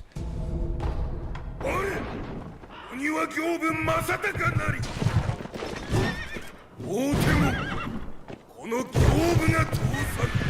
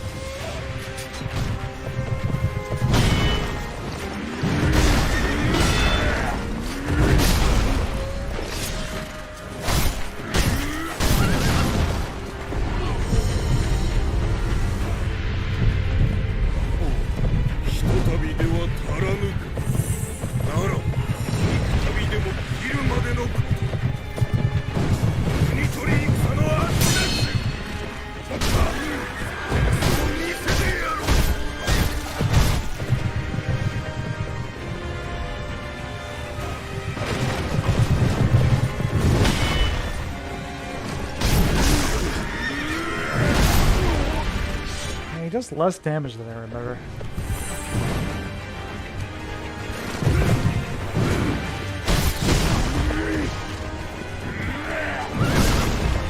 Okay. Yeah, he got me.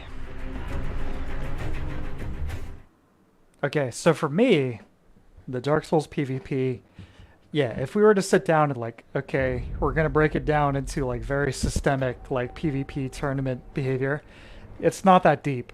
But for me, the whole appeal of the thing is the asymmetrical concept. You don't like how people treat it as an esport.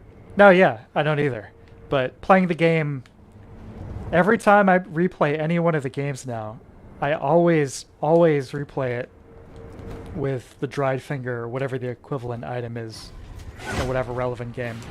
It's like getting people to invade me and mixing up the game in that way. It just feels like you have a constant supply of remixed content available to you. You know what I mean? That's the big appeal to me. And the fact that it fits in diegetically with the setting, that is really what it's all about. I really like that. Same thing for doing invasions. It's like adding this like X factor to my playthroughs. I'm a huge fan of.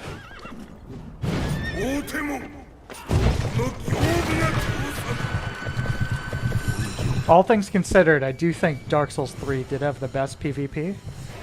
Closest to balanced. Followed by Dark Souls 1, which was certainly not balanced, but just in terms of like interesting things that could be happening as a result of this multiplayer. I'll elaborate on this in a second, but I'm gonna now focus, try to take this guy out.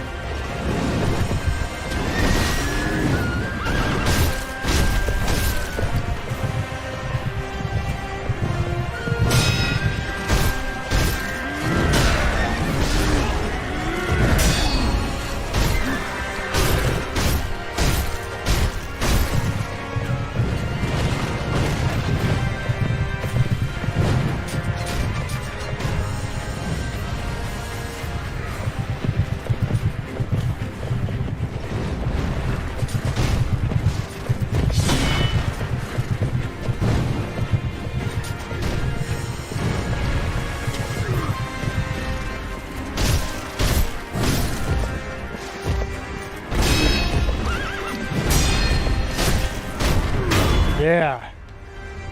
Easy.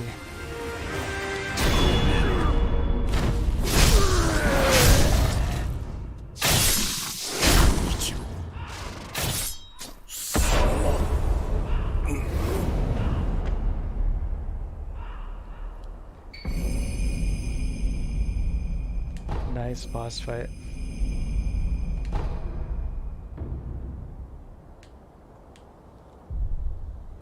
Sorry, I don't like how people treat it like an esport. Yeah, I agree. Like I said, the more organic it is, the better. I do enjoy doing duels, but almost always when it's against people doing creative individual builds, not just like Googling on Fextra Life, like what's the most OP build in the game? Again, like you said, yeah, the Dark Sword. That was definitely nerfed after the first or second patch in Dark Souls 3, but that's a good example. It was like, yeah, people going like, yeah, what's the best weapon in the game? Instead of using, you know, just whatever they find interesting or fun.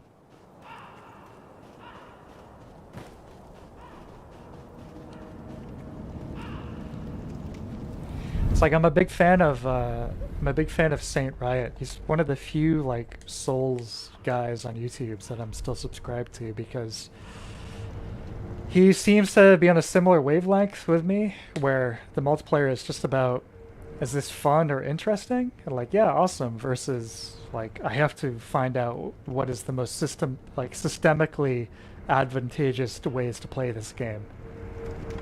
Like I'm only having fun if I win. No, he's great. Yeah, that was a very cool execution, Alice. Suppress sound. Very important for us. Yes, as the Shinobi.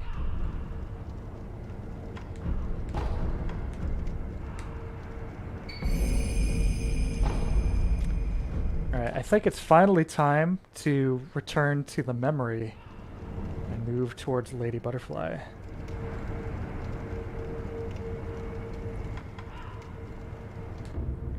Was that the dual Great Shield memer dude? No, that was not.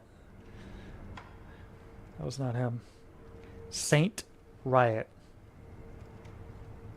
He was not the Great Shield guy.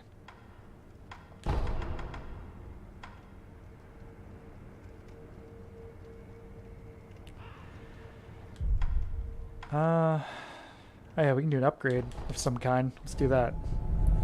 Give a barrel. Give a barrel to our friend, the sculptor.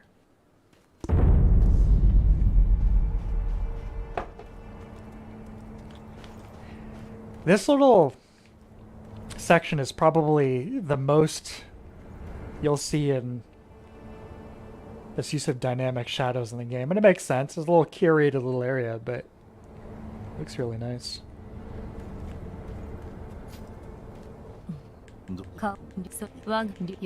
Wolf puts his sword away, preventing us from pwning Emma or the sculptor because he just wouldn't do such a thing. Give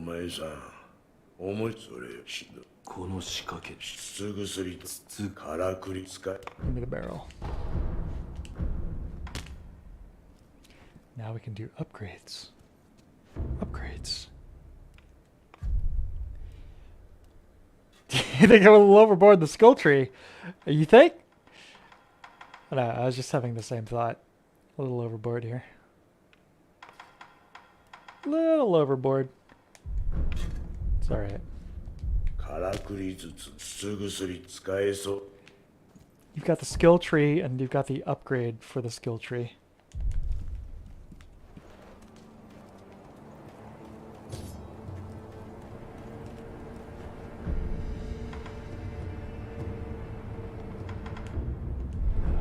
Do this.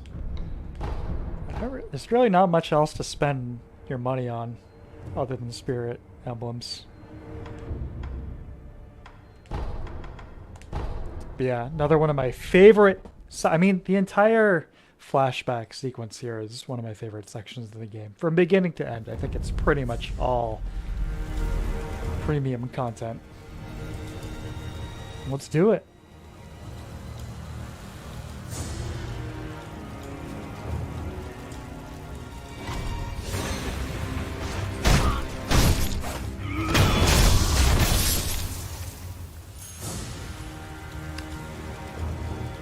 time for another poll. I'll make this more organic this time. I'll just ask you guys. Should I sneak past all those dudes, or should I go through and mercilessly murder every one of them?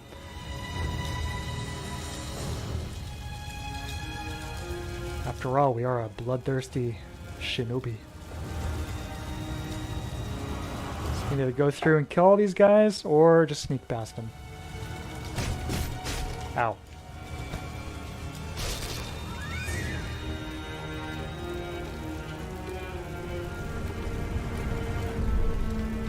Nope. Sneak, says Mouse. Kill, says DR.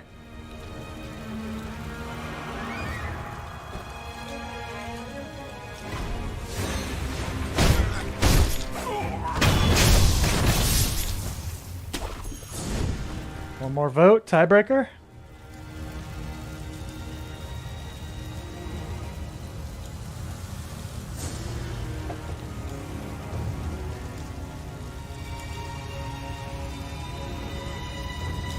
Angel on his shoulder. Evil Kermit. Think of the experience. Think of the shinobi skills you could buy.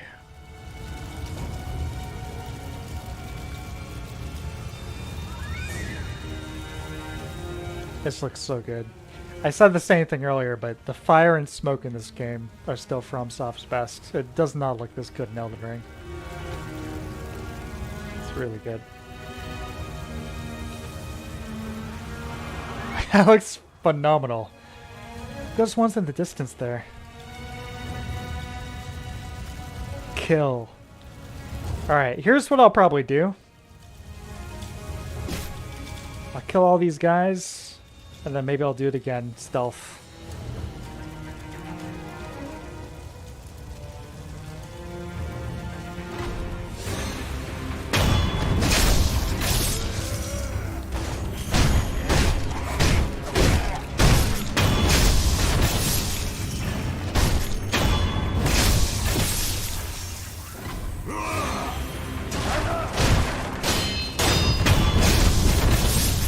We'll see. Not cutting through them like butter though, so maybe I won't need to. Jeez Louise. There's no non-lethal way to play Sekiro, as far as I'm aware.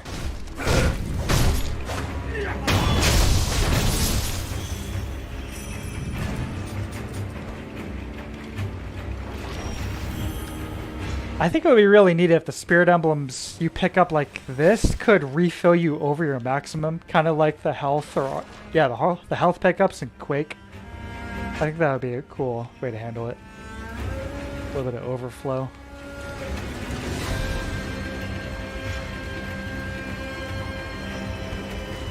No biggie.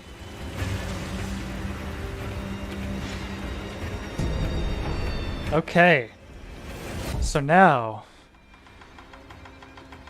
we have a big confrontation between us and the next segment of the game here. Getting through these guys, including... Take another look through the... What the hell is that thing? There it is. Can't see him from here, but the Drunkard, the big guy, good mini-boss. So we're gonna do this true ninja style. Stealth. Try to remember the basics of CQC. Like CQM. Close quarters murder.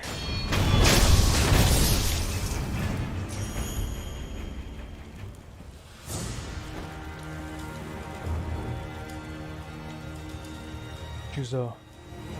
Right.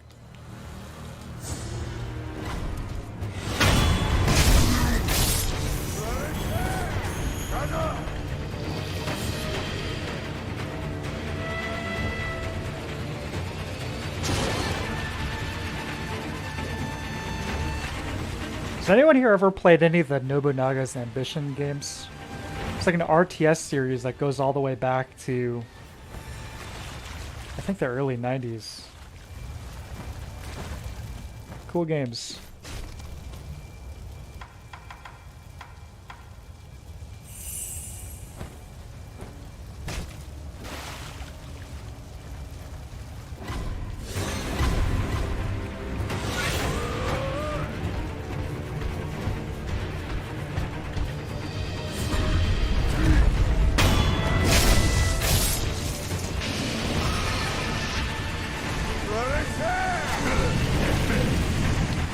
So I want to take these guys out before I bring my partner, who's waiting out there in the swamp, into the battle.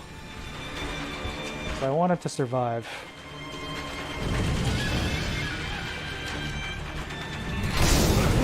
I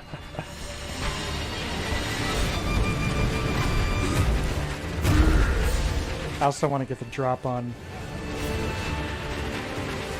the Drunkard.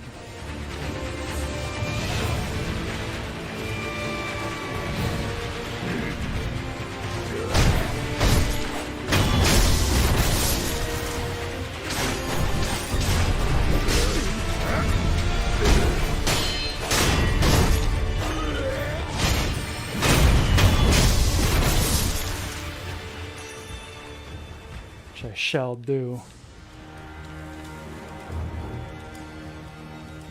Ready?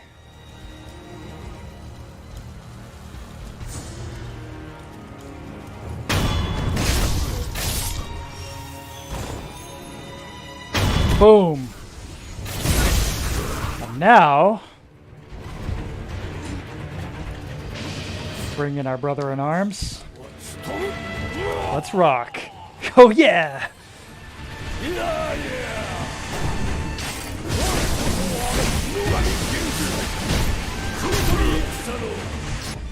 Hold on. Get the oil out.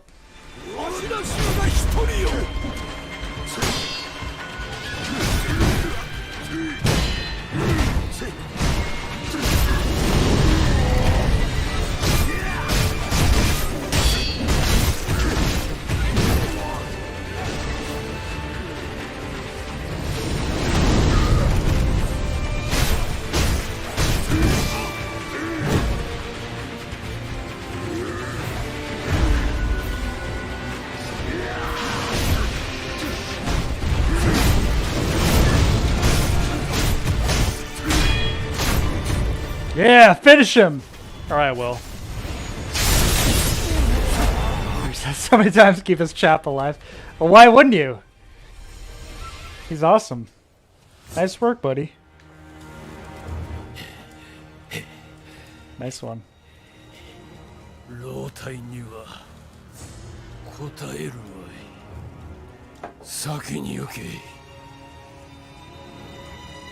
Yeah, he's the man. I wish you could keep bringing him with you, but he's too tired. Like you said, the fight was hard on that old body.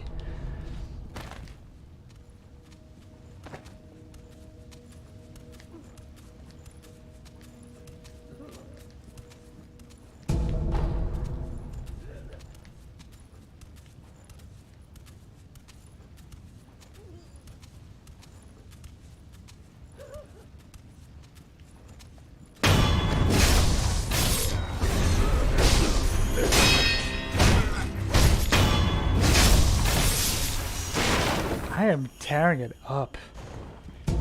Man. This is good. Feeling happy with how tonight has gone so far. I was kind of expecting to get relentlessly pwned over and over again, but this has been going pretty well. Knock on wood.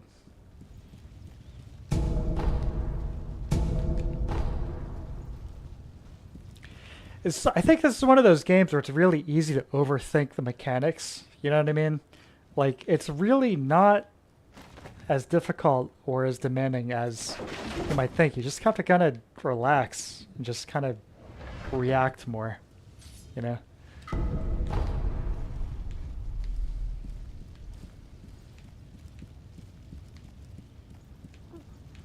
This is insane to me, though, honestly, playing this compared to my first playthrough. It feels like I'm on a different difficulty setting, which I promise you I'm not. I'm not using any kind of easy mod, anything like that.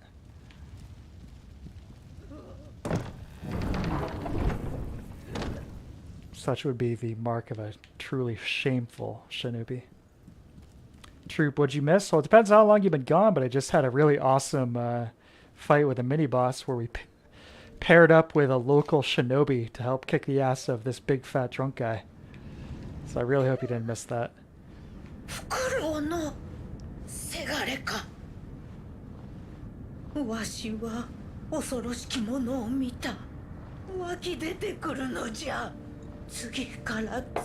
This game is incredible.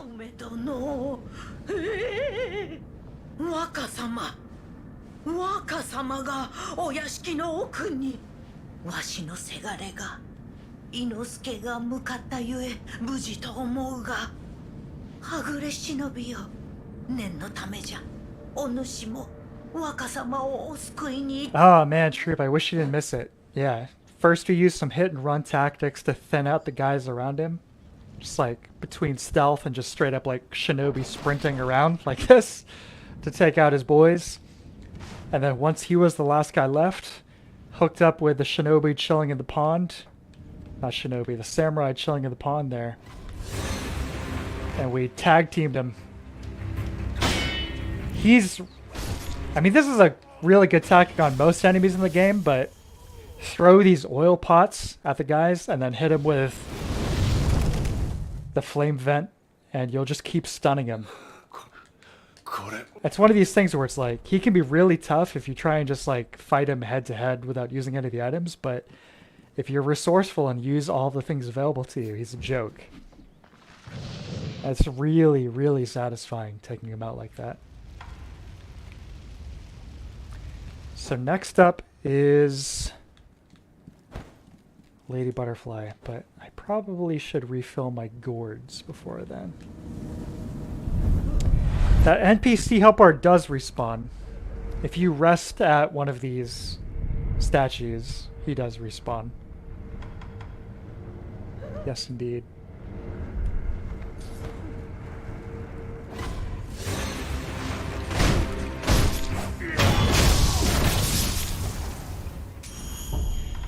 So the snap seed, really, I don't know if you really need it, but we'll try whipping it out. I just wanted to remark before I move forward, this little room here, I think is really nice. So they do this nice kind of gradual downshifting in tension. You're outside, everything's on fire, you've got the war drums going, you get this boss fight, you know, just tons of chaos going on, it's really cool. Then you enter this building here, and you get some spooky ambient noise, and there's a couple guys laying low. And it's intense. But you make your way forward here, and the audio fades out, and you're confronted with this room.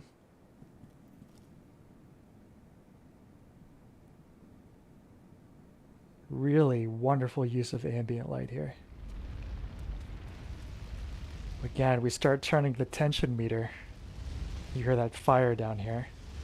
And we've gotten the key from the owl route earlier, taking out the Shinobi Hunter, in which owl lies behind. It gives us the key.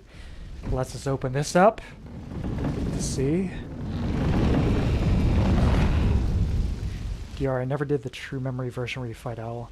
That's a tough fight, but a great one. You need to replay this at some point. I would highly recommend it. Look at this.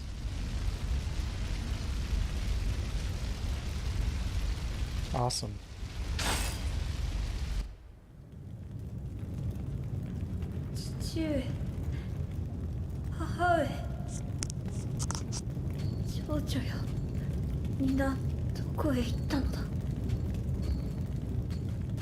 Miko-sama.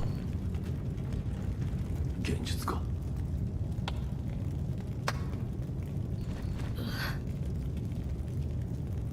久しいな。フクロウのせがれよ。おちょうど It's a really nice touch that Kuro is shorter in this, considering it's supposed to be a couple years earlier. そなたはなすべきことをなすのです。わかりました。 I'm gonna try and first try Lady Butterfly here. Let's see if I can do it. Awesome boss fight.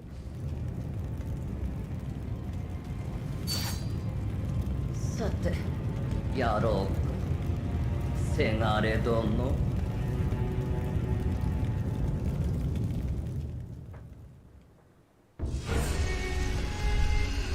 お嬢様。さあ、窓はわしぐる。せがれ。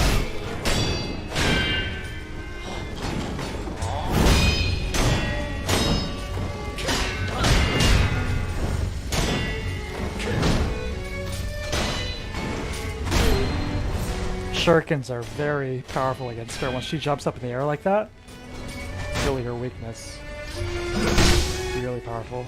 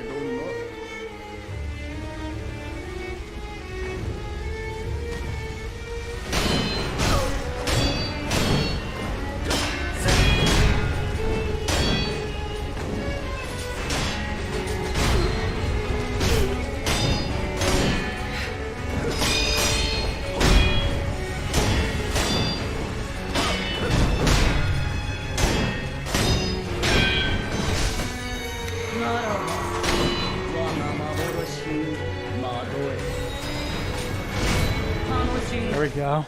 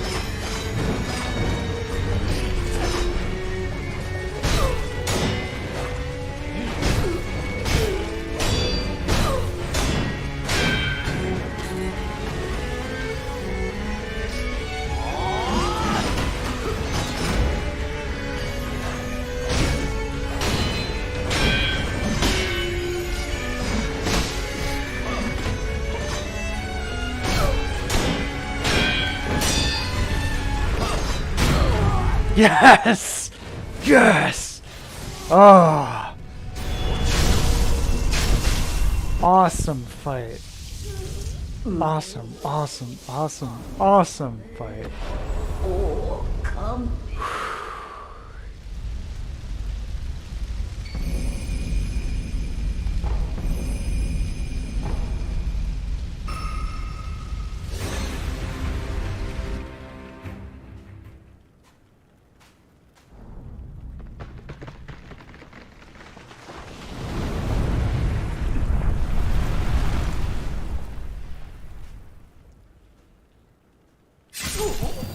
This game is the bee's knees. Oh man, quality.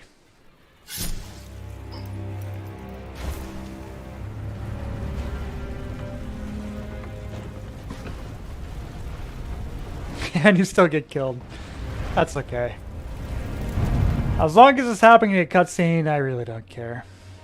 Unless it's one of those things where it's like the same enemy you just kick the ass of, then turns around and pwns you in a cutscene. Other than that, that's fine. In this case, we definitively killed Lady Butterfly. And somebody else came by and stuck a sword through our chest. 私のためそなたは戦ってくれた。捨ておくことなどできるものか。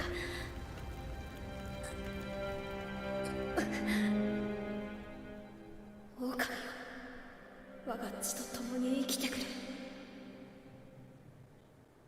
It's where Wolf first got his taste of resurrection.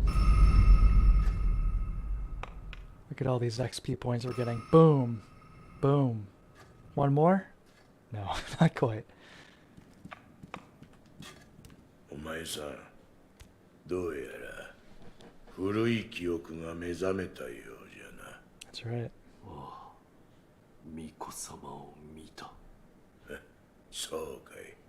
司祭は聞かぬし、語りもするな。見えたものは己のうちに留めておくもんじゃ。武士殿はそこの仏で何かが見えたのか。お前さ、人の話を聞いてたか。Yeah, どうなんだ。 exactly, Alan. 炎じゃ。 Powers beyond mere mortal comprehension. 何を備えようともそれしか見えん。一面の足名を焼き尽くすような炎。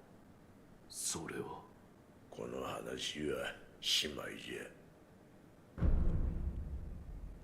Let's give him the sake we picked up. The unrefined sake. 酒を持ってきた。もらうとしよう。 I haven't had sake in a long, long time. I think the first time I had it, I was like 16 or 17. I've had it, and that may have been the only time, actually. いや、うまい。 A long time ago now.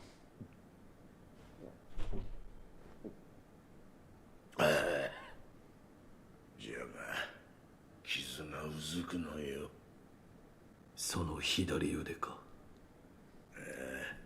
You talking about the bull? 方に切り落とされたのじゃ。 The bull is another Dark Souls boss. 一心様よ。何故一神様が。Run around and punish. That's my strat anyway. で、くださったのじゃ。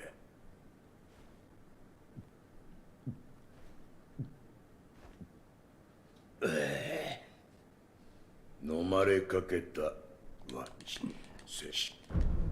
Yeah, yeah, yeah. Alright. では。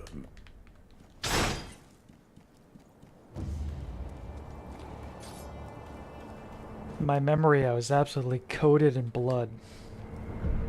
Shura.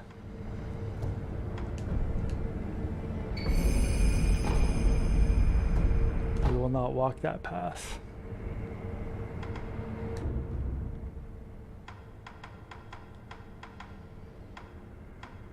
These are all kind of useless. See, this is like trap stats. Spirit emblems. Invest in this to increase the amount of maximum numbers of spirit emblems that can be held. Literally by 1. Same thing with this one, I think. It's not worth it. Don't do it.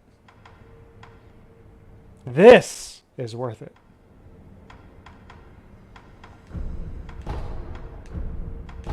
That is very, very worth. Increases the damage inflicted posture by, yeah, make a successful Makiri counter. That is one of the most useful stats in the game. Okay, I'm going to take one last break, and then I'll be back for a final string of high-intensity shinobi action. BRB.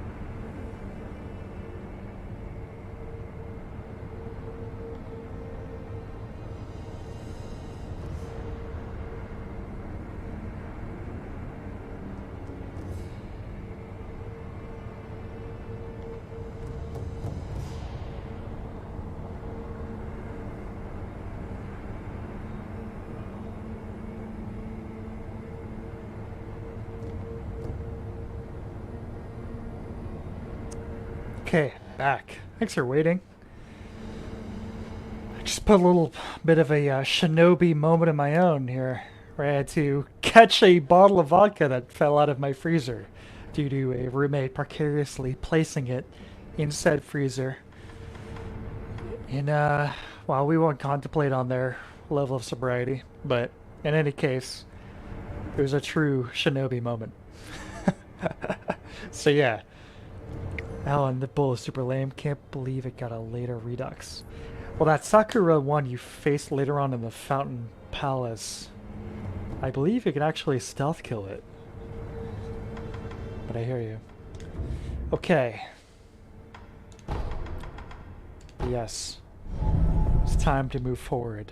My goal for tonight, originally I was thinking I was going to end it with Lady Butterfly, but I'm feeling on kind of a roll, so let's keep it going.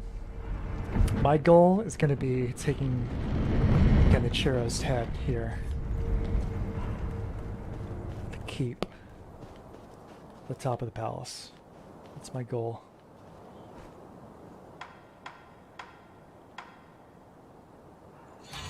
Kevin McAllister?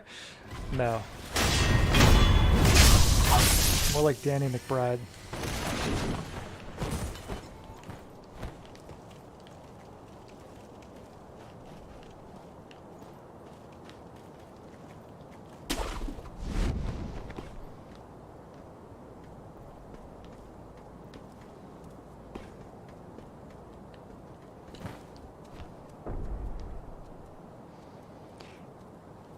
The controls on this are kind of astoundingly tight.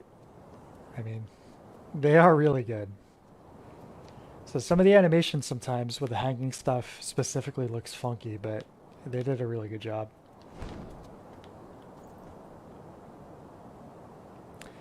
Troop, have you fought Lady Butterfly a bunch on the boss training mode thing? No, I've never used that actually. I fought Lady Butterfly... Well, I mean, in the last couple of years, yesterday was the first time I had fought her. And run past these guys. We've already dealt with them. We don't need to deal with that.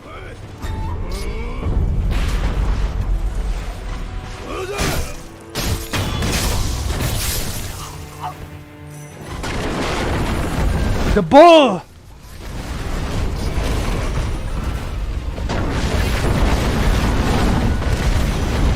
There he is. Blazing Bull. Another one of these fights where, yeah, you can actually kind of use the Dark Souls tactics.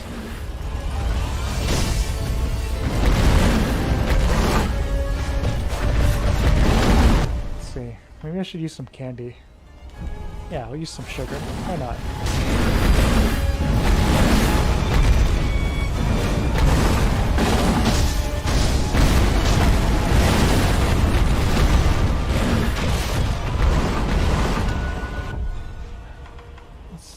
Douse our burns, shall we?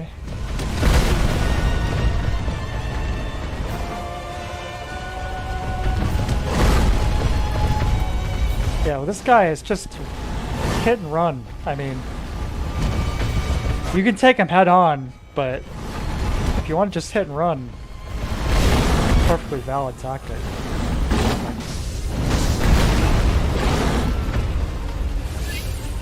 As you can see, maybe of dubious success, but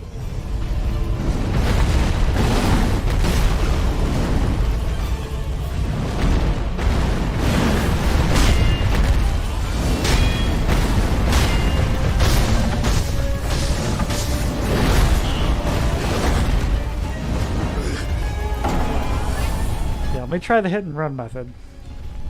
Try that.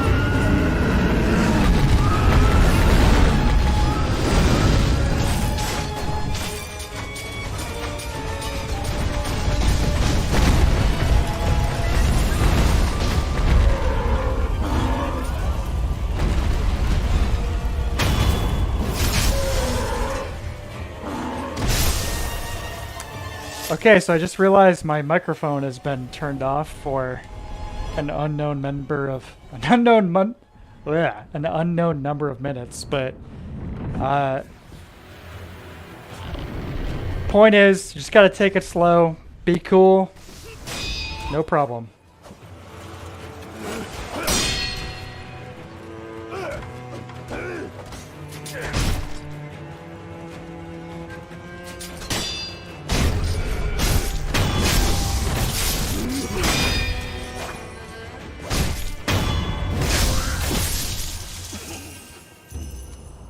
I don't know what happened, because I came back, right? You guys heard me like, all right, I'm back. I'm going to take on the bull, etc.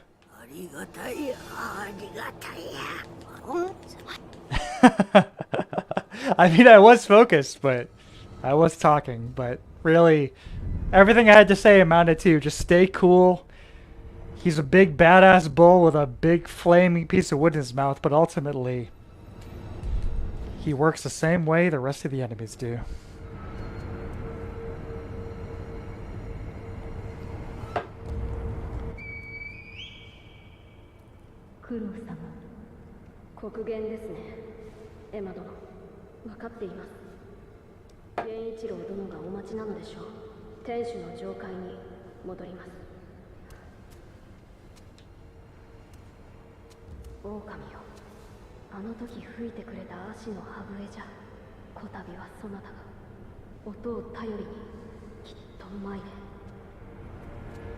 Alright, it's our destination, top of the castle.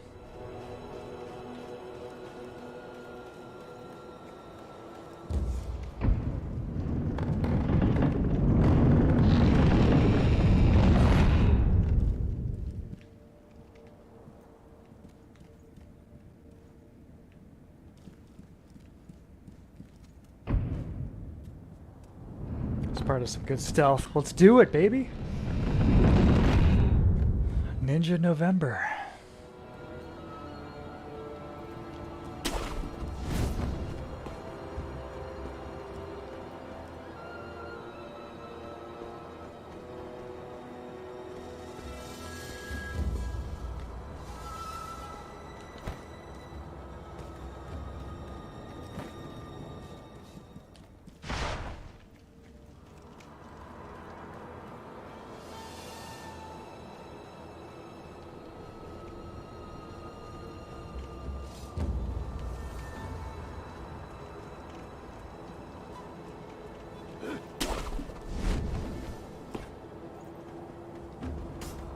皆の衆、分かっておるな。来たるべきはアシナ存亡の戦。一心様、そしてアシナの民のために命を捨てて参ろうぞ。我らこそアシナ、不当のアシナ衆よ。Man, アシナのために。Ishin has got to be the best final boss out of any of the FromSoft games. There's really not much competition, in my opinion. I mean, strictly mechanically speaking, it's incredible. Like, yeah, he's great thematically, and some of the other, you know, FromSoft end bosses are too, but strictly mechanically speaking, he is next level.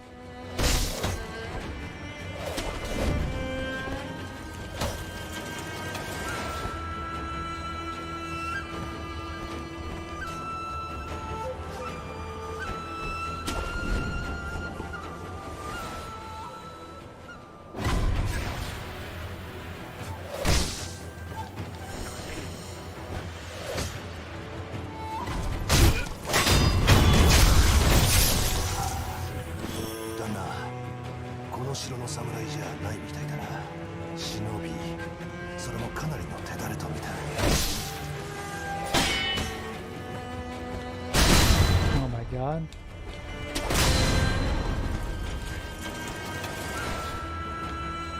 Oh!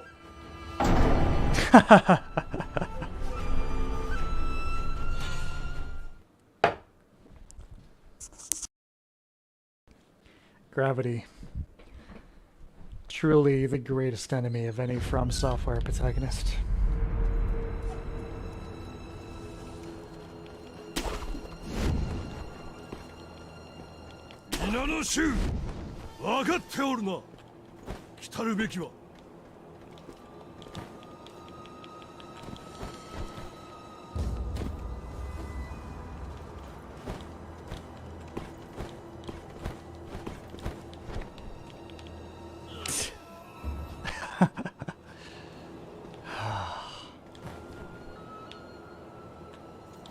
There we go.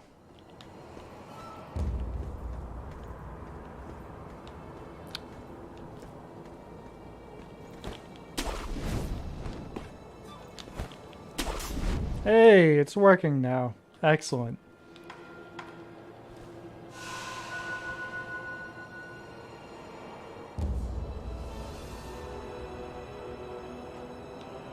This is so good, man. What a game.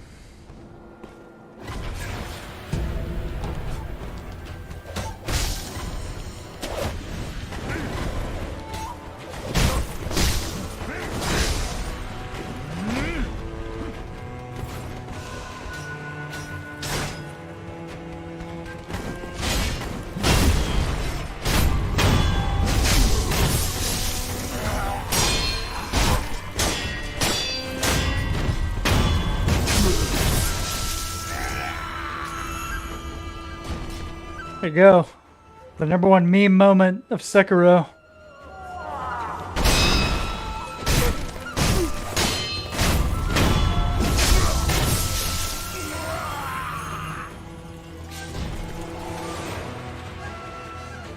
Except I knew it was coming, so maybe not.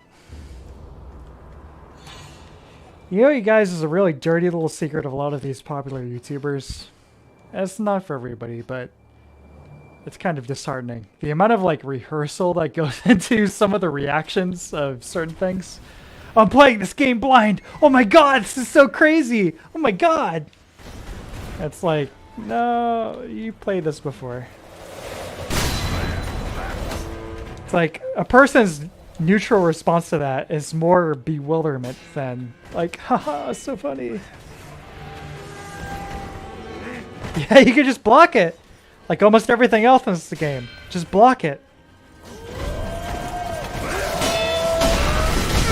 Oh my god.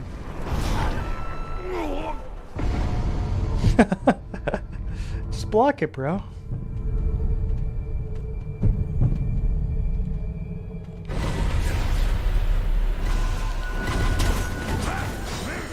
Yeah, you guys can deal with it.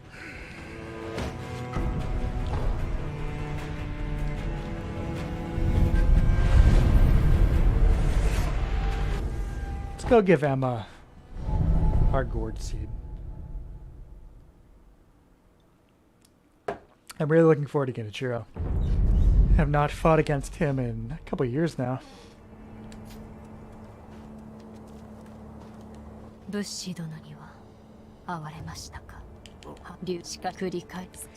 True, yeah, DSP does a lot now. Watches playthroughs beforehand, so games are a cakewalk. Has to fake reactions. That is so depressing.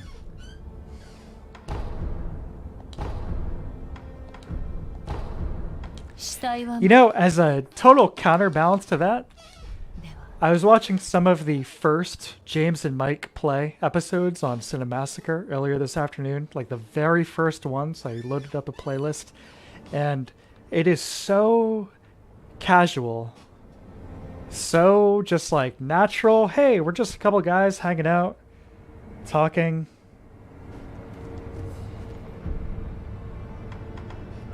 And it felt so refreshing. So good.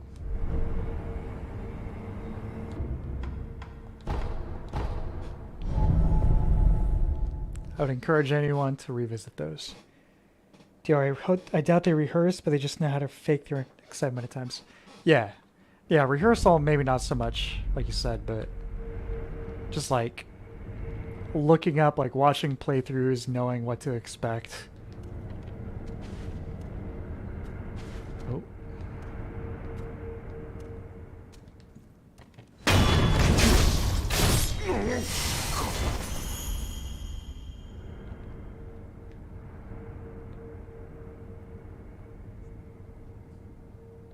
promise you, I will not be doing any of that crap. I'm not even sure how to deal with the monetization thing. I just got the option to do that. You hit 1,000 subscribers on YouTube, and they say, congratulations, you can now monetize your videos. And I look at about 3/4 of them. They're like, oh, actually you can't monetize these because you use some kind of like copyrighted music. But I don't know. I've kind of been going back and forth. I think I would rather not monetize stuff, but I feel like everyone's using ad blockers anyway, so I don't know.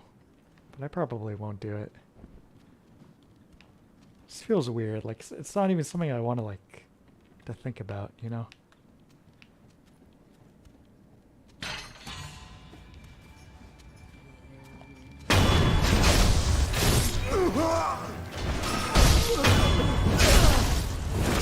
What I want to do is just play the games and talk about the games. That's all.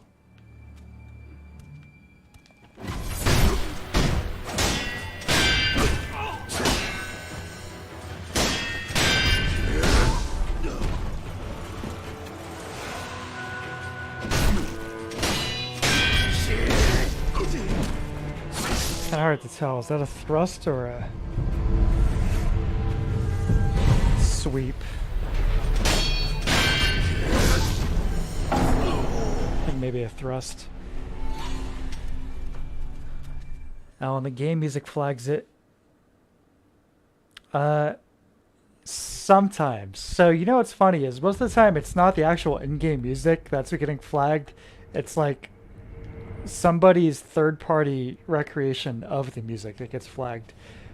I've mentioned this before, but there's like some Norwegian guy who he has like several albums on Amazon and Spotify, but what they are him just like singing along to MIDI versions of like classic video game tracks. Like the first time it happened for me, I was playing, it was that Zelda 2 Adventure of Link stream, right?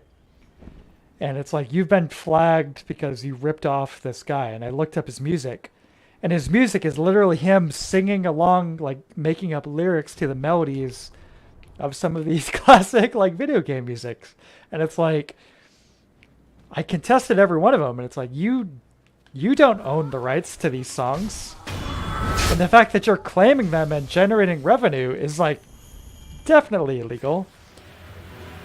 And if I were to just like email Nintendo and say, hey, this guy is generating revenue based on melodies that you own the copyrights to, you would get destroyed.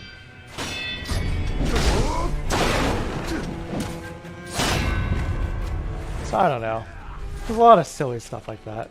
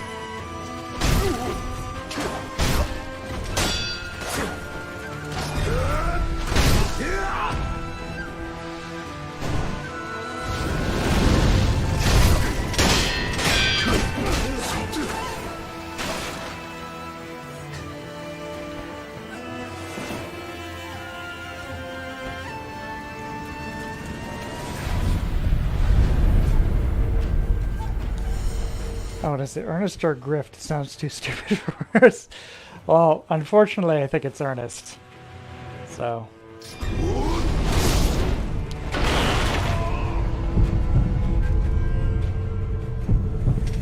Right, and like you said, exactly. I'm not naming names because I don't want to go that route, and I do think that may be the case, Alan. But it is a bit ridiculous. Or I have to like contend with these things that could potentially decide whether or not my YouTube account exists.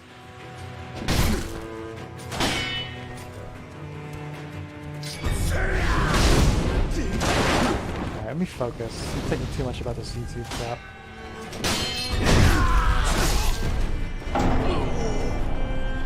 Oh, I got the statue, so there we go.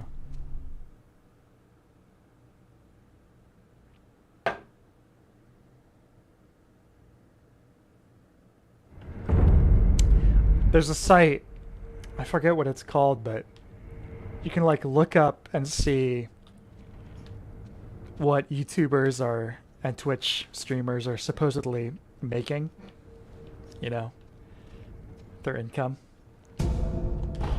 Well, let me tell you right now, anything you read out there is complete bogus BS. So on YouTube, in order to monetize anything, you have to have at least 1,000 subscribers. And somebody sent me this website when I was around 700 or so. And according to this website, I was making like $400 a month with my YouTube videos. That is not true, to put it very mildly. I have not made a single penny on my YouTube account. And again, that's not my intention. I'm not doing this stuff to make money. I'm just trying to share, you know, my opinion and hang out with you guys, have some fun and all that stuff. I'm not in this for the cash, but don't believe everything you read.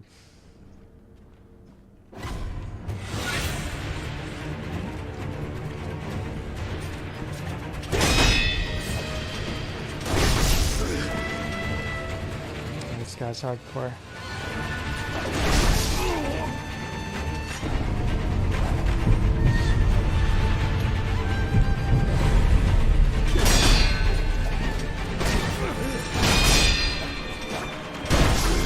Oh my god.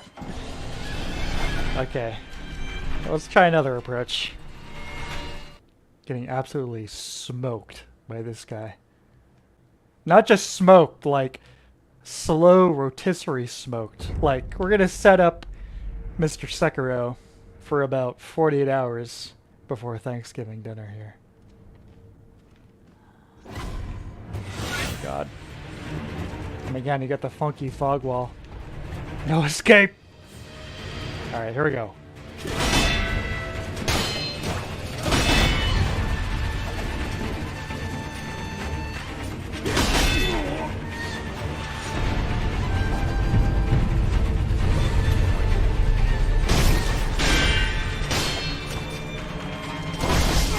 Oh my god.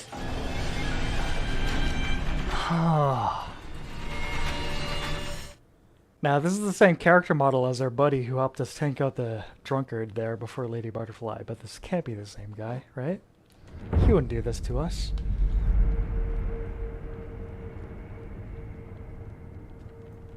Alright, here we go. Stealth, stealth, stealth.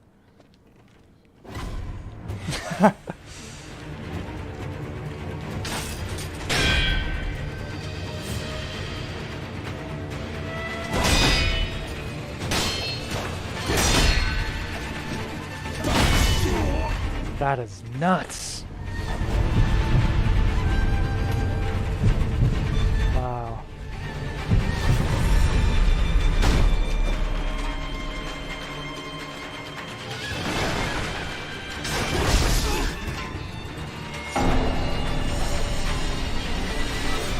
Social Blade said I'm getting $10,000 a month. Is that a joke? What? Alright, let me try something else here.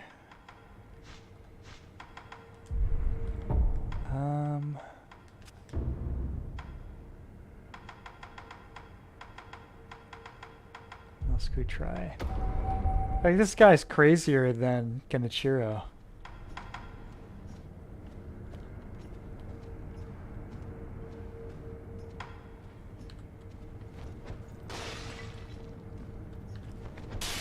Nope.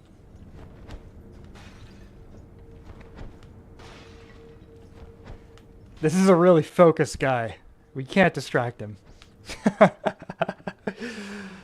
I'm so deep in meditation.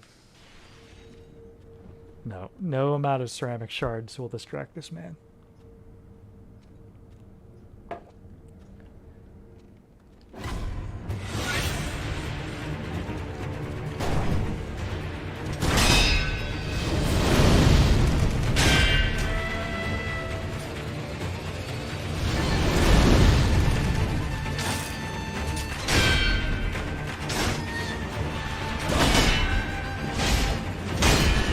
we go. Look at that.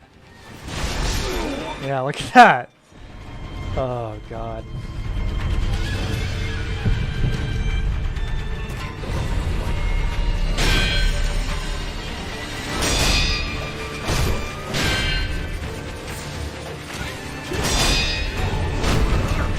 Yeah!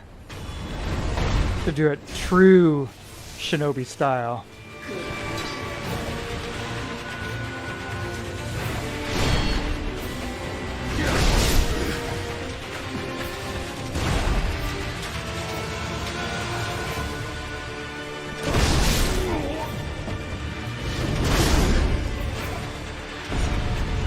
Alright, I got this.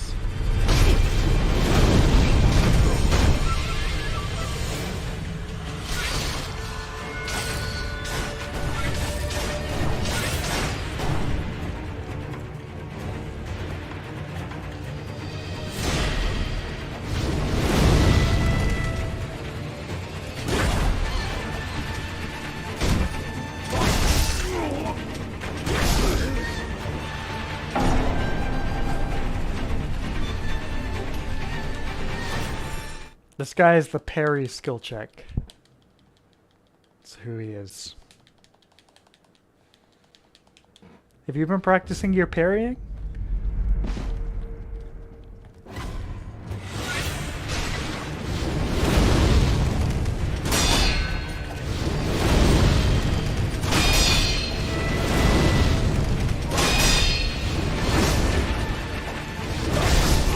No. I remember. Don't attack. Just keep parrying. Don't even bother attacking him. I got this. Yeah.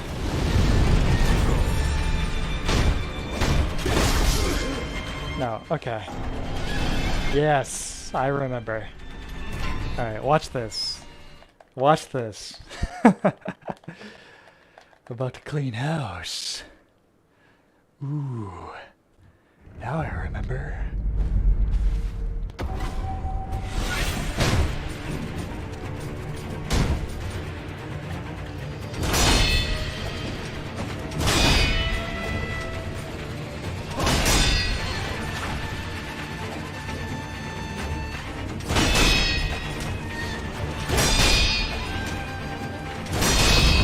Like that! I'm telling you, that's all you gotta do, the parry! Don't bother attacking him, just let him build it up.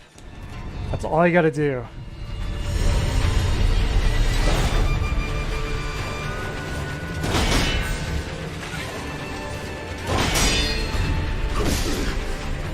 Except, don't get hit by the sweep attacks like that. See though? We got it. Ready? Coming back. Coming in hot.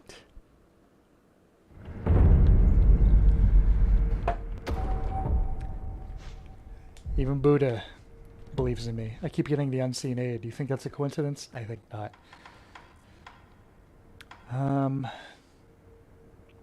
Reduce posture damage. Yes.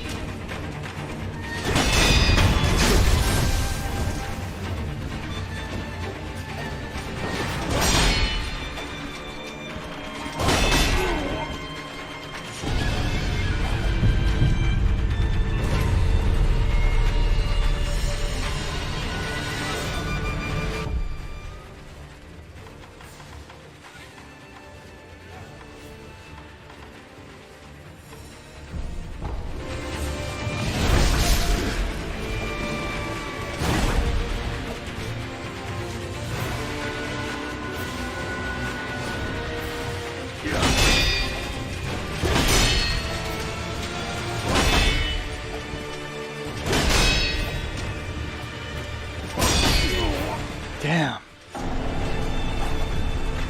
Alright, got the strat. Now it's just a matter of execution. It'll all be worth it, trust me. That Genichiro fight after this. Oh boy.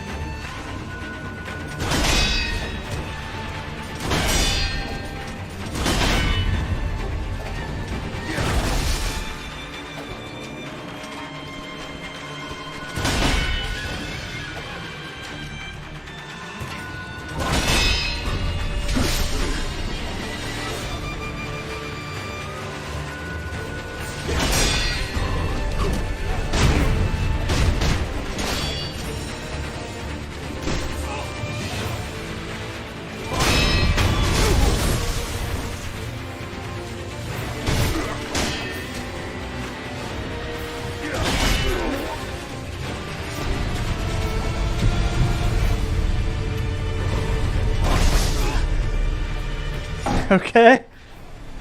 Wasn't even on my feet yet. Is this guy really going to be my roadblock after all the success I've had tonight? You want to play dirty? Let's play dirty.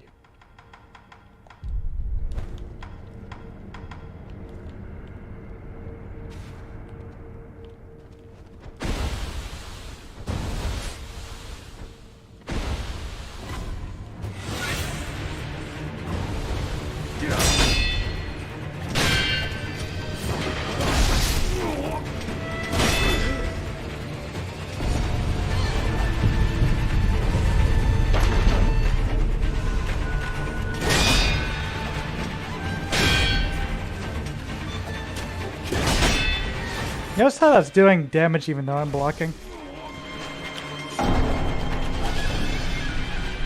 That's the tricky fifth element here we're dealing with.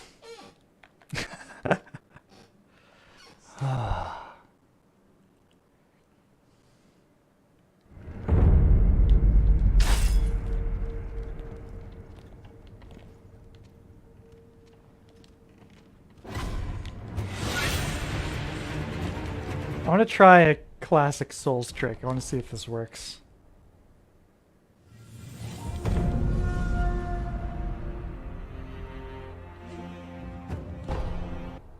After all, we're a shinobi. There is no method deemed dishonorable. No, we knew better than that. You're not doing that. No way.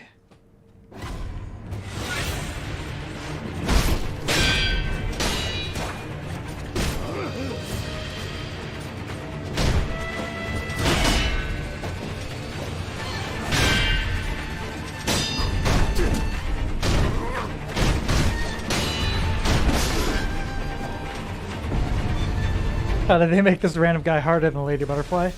Well, he was definitely my third filter. As it was then, as it is now. Damn.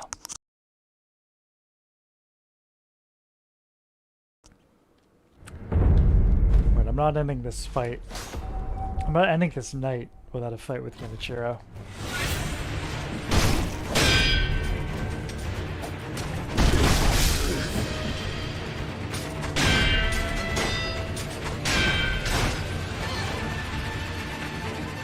We go up the stairs here. Nope.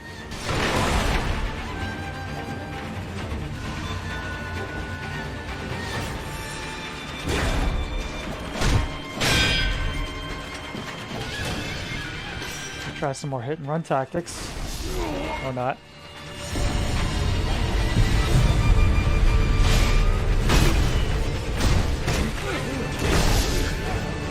Axe does some work. Bring the axe into the equation.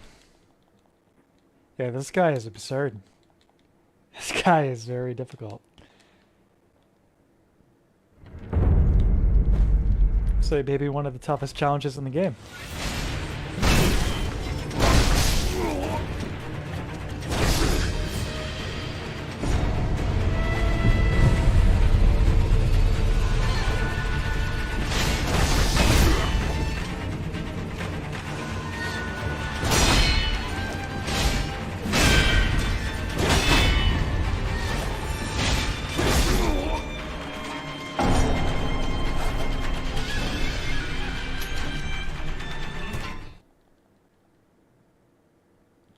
Absolutely getting stomped by this guy. Anybody got any tips out there? Sekiro champs?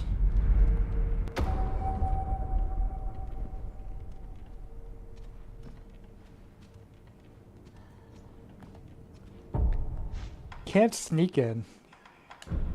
If we're creeping around, he immediately notices us.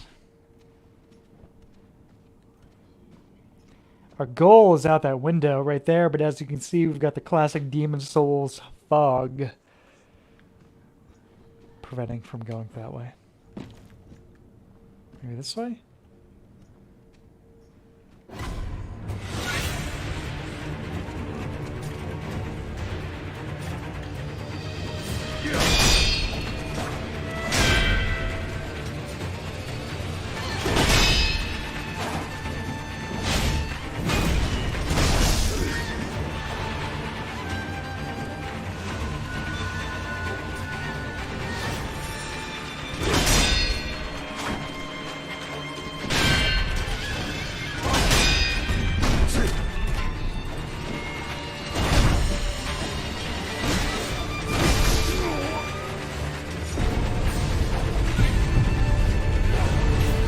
last boss definitely filtered me big time.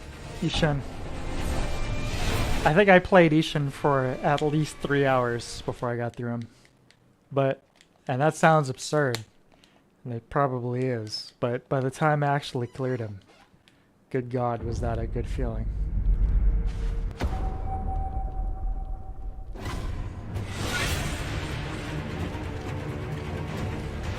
So is there anything else in here I'm missing? So you could try oil on him.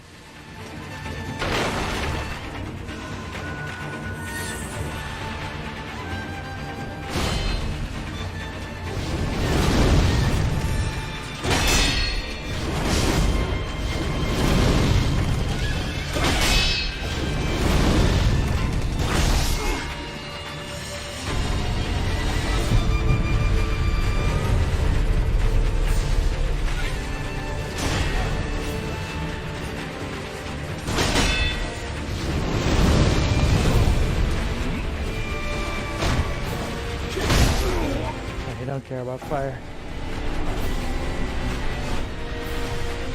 Doesn't do too much to his health or his stamina.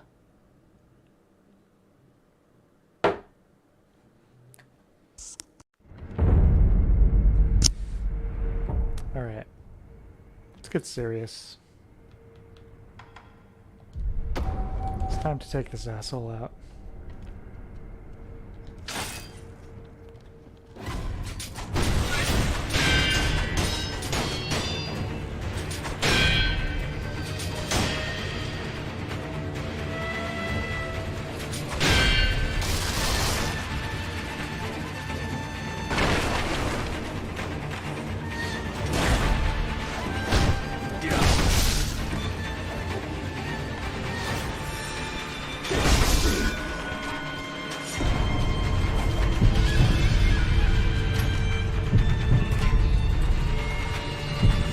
If I could figure out a way to get some kind of stealth attack and take out his first health bar, that would be very useful.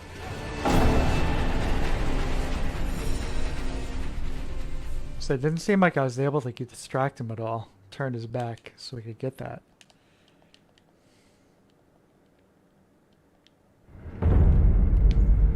Try again.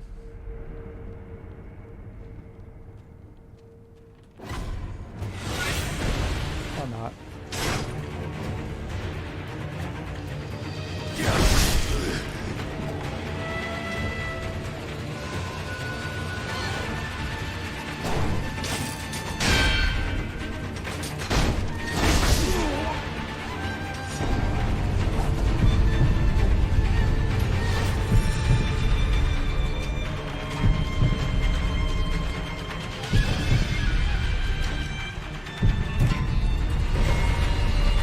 Just go out that window without him arbitrarily preventing me from doing so. That would be really good.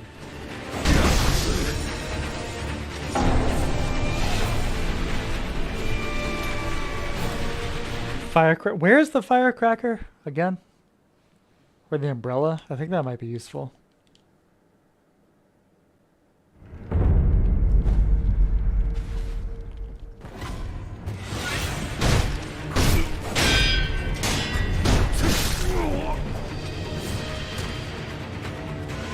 Maybe I just have to be really aggressive. I'm playing passively. Maybe I just need to be really aggressive.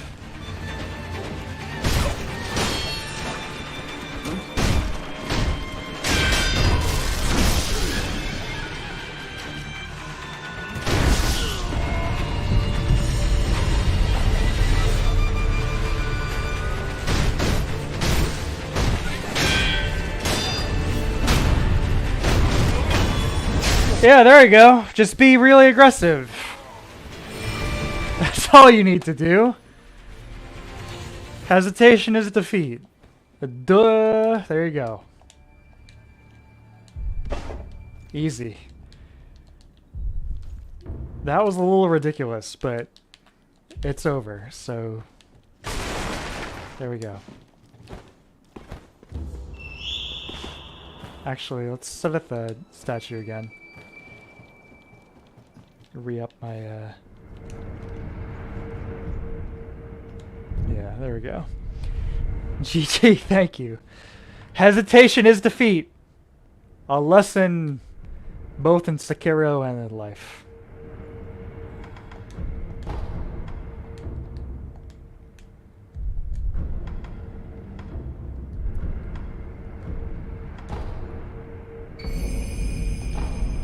Super Mario, yeah. Like I said, is it Ishimaru? The like overhead slash? I don't think I have that yet though. Hold on, let me check if I can buy that.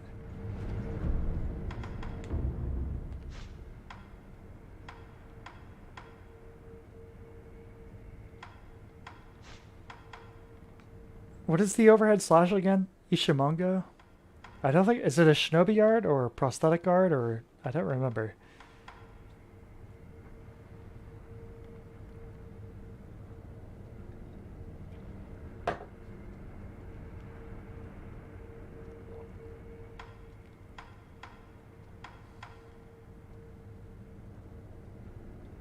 Oh yeah, the poisonous daggers. No, I'm thinking of, I'm trying to remember what the hell it's called. The overhead attack. Yeah, Ishimongi. Which skill tree is that in?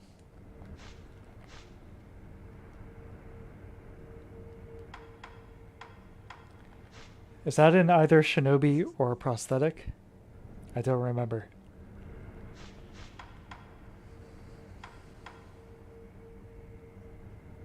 Martial tree.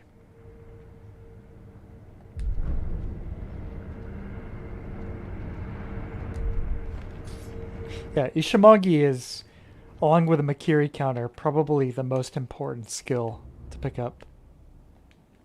Ghosts once lurked the lands of Ashina. The ghost lightning was of the Fountainhead gods, unstoppable by normal means. Avoid ground reversal lightning. Yeah, this is one of the coolest fights in the game. For me, my first playthrough, this boss fight, this is where it started clicking. This is where I realized Sekiro is good. Oh yeah, Tengu! Yes, you're right.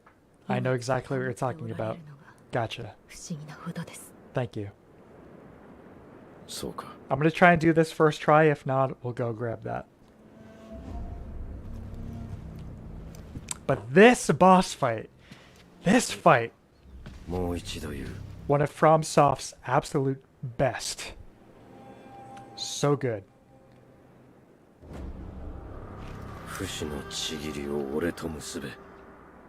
Amazingly good gameplay, wonderful presentation, truly top-notch stuff. たとえひとたび敗れるとも命を賭し主を必ず取り戻すそれが我が忍びなれば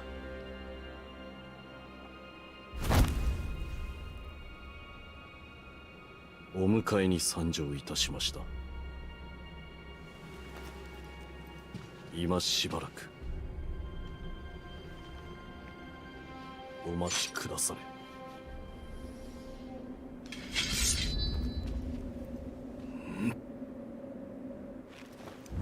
なるほどな。貴様を殺しきらぬ限り、流因を我が手にはできぬ。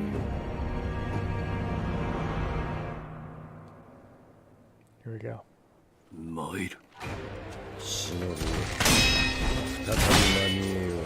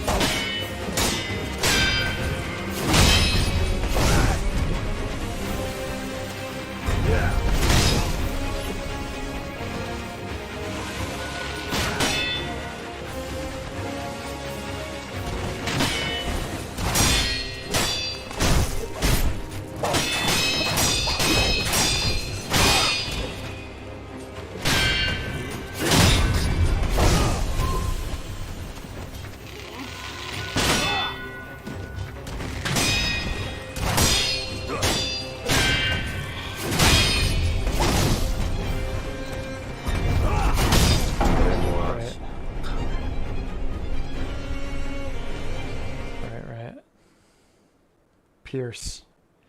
So the thing I would say, if they could make, I mean, it's obviously long past the opportunity to do this now, but to better distinguish between the kanji for dealing with a stab attack versus the others, that would be probably a good thing gameplay wise. 参る。再び参ろう。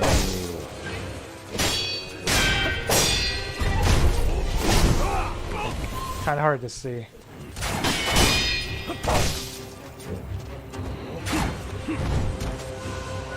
There we go.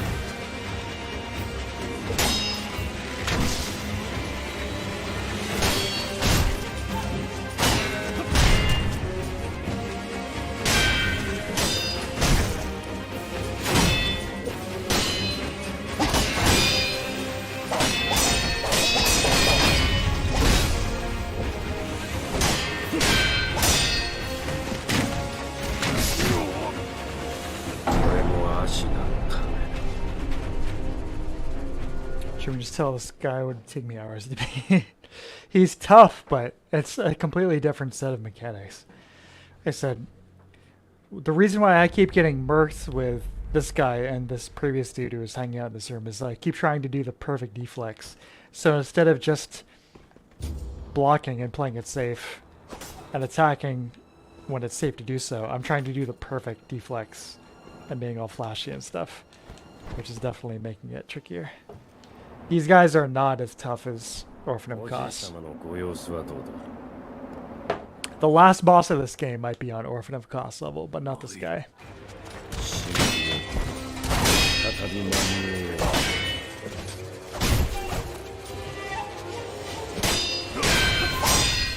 See, sometimes when I block the attacks and there's like a bigger flash of sparks and like a louder sound effect, that's a perfect deflect. And when that happens, that's doing a massive amount of damage to their posture bar and 0 to mine.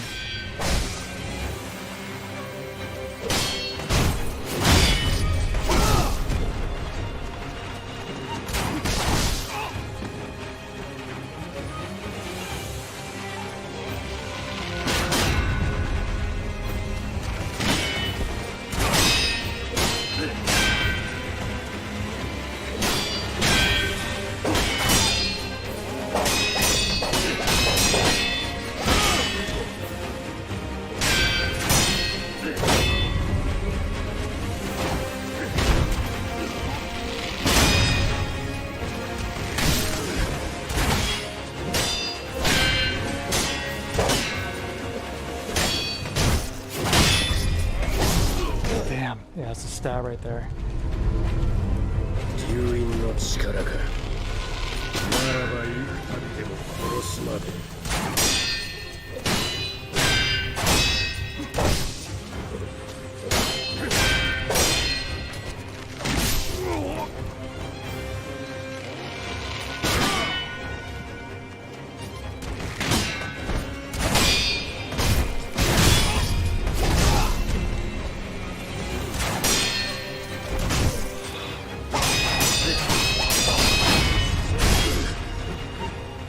Starting to come around. 1 or 2 more tries. I've got it.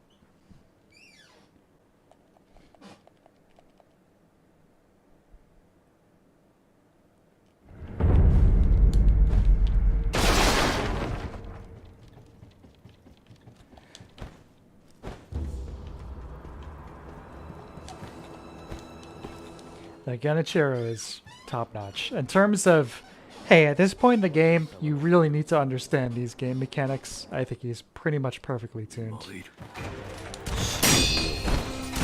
再び真面目を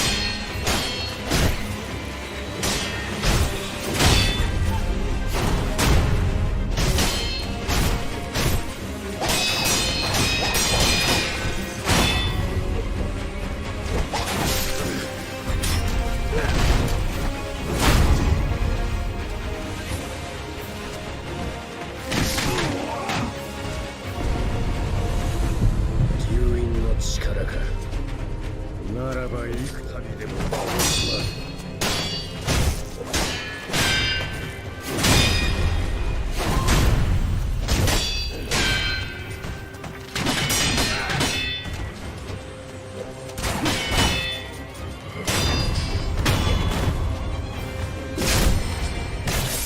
Okay. Now you think that may be it. But it's not quite over. 惜しいな。主を変えるつもりはないか。ざれ言。What a fight. ざれ言だと。Another thing is just not trying to rush. You know what I mean? Like that last fight, it's like, okay, just slow down, take it as it comes, and I got through it.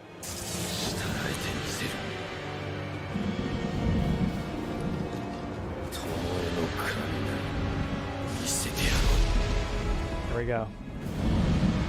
I'm gonna go off mic again. I'm gonna give 100%. Here we go.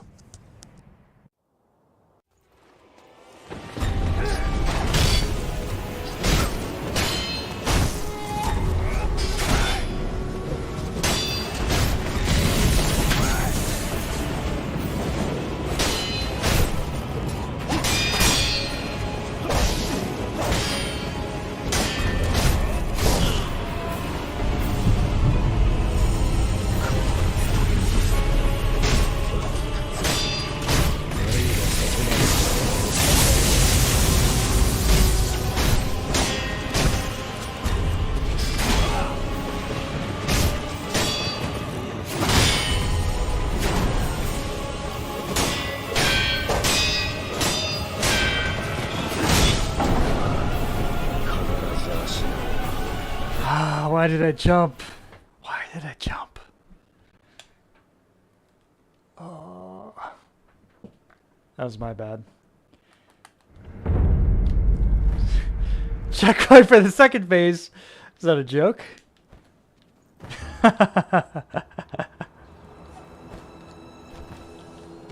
No.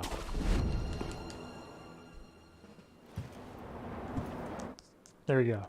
参る。忍びは今のよう。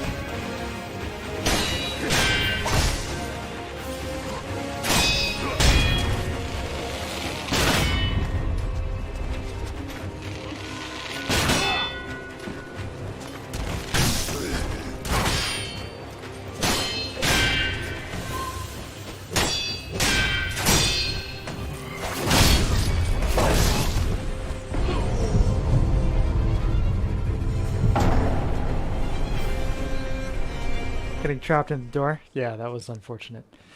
That pretty much decided it, but I'm feeling very confident about this next attempt.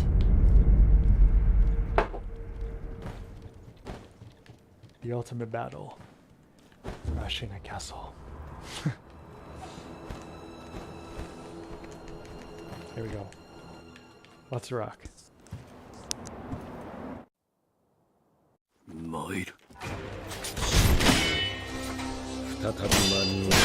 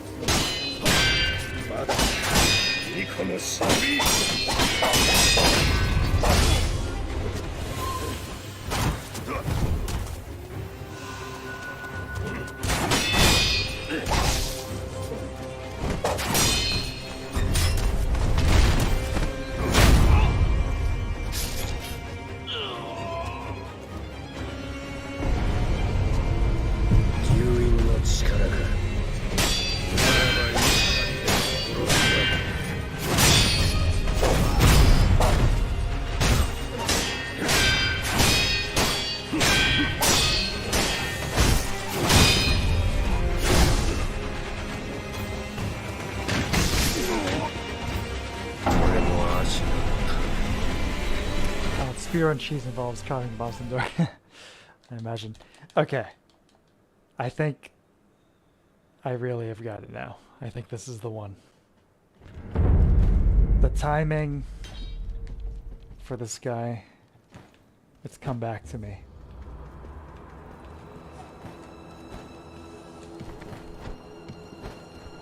Let's do it.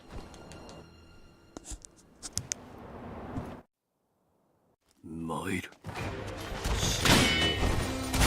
再び参りよう。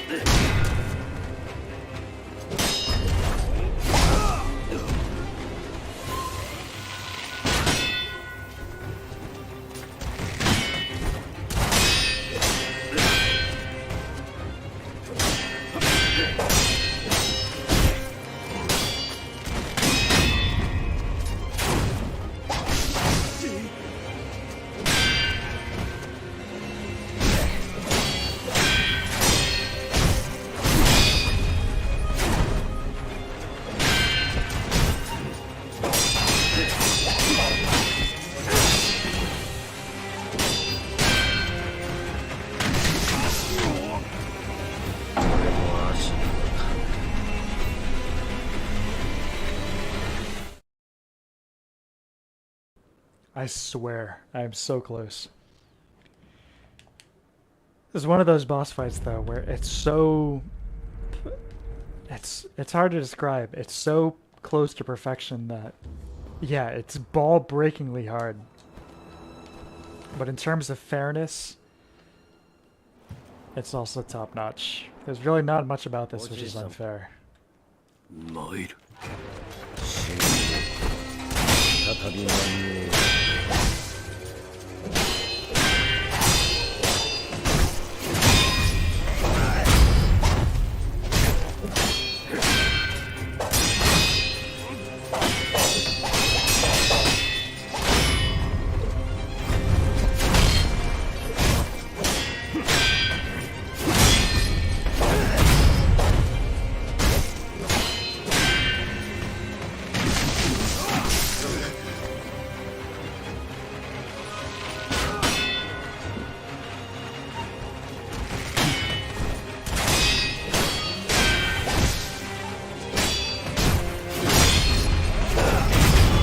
Yes!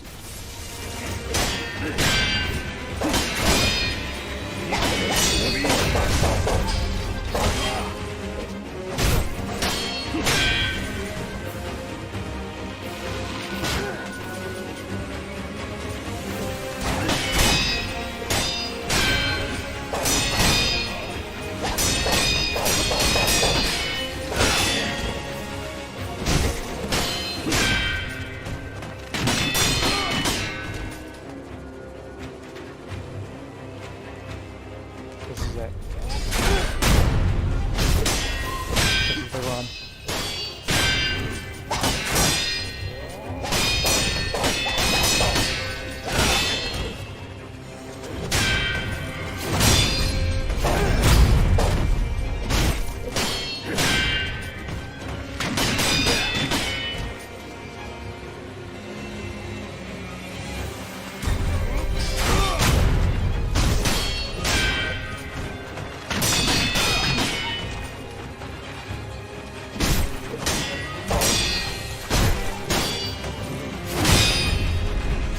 Damn.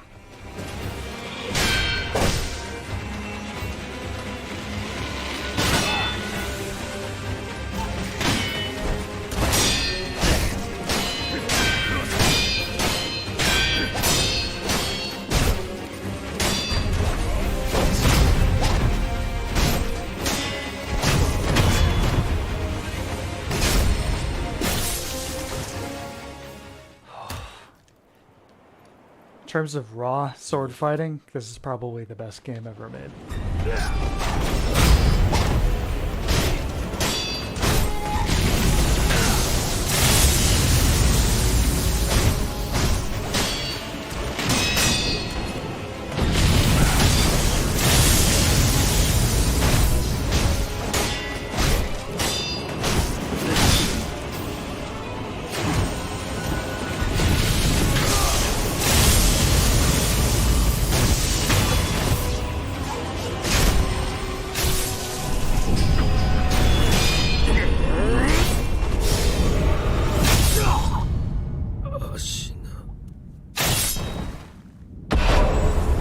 Holy shit.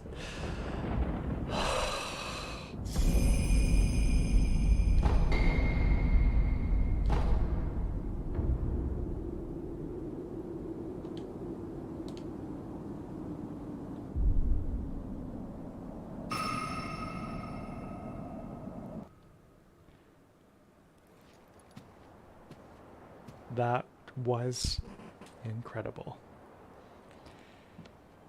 あなたが勝ったのですね。お主。 That was insane. つもりはあります。 Oh my god. 忍びよ。 This game. 健一郎。もしや落ち水を。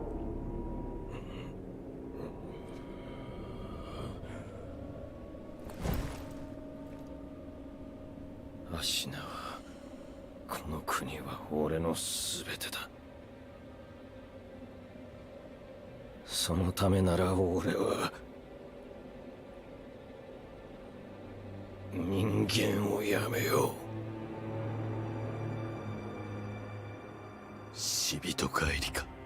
It's hard to articulate the feeling I'm having right now.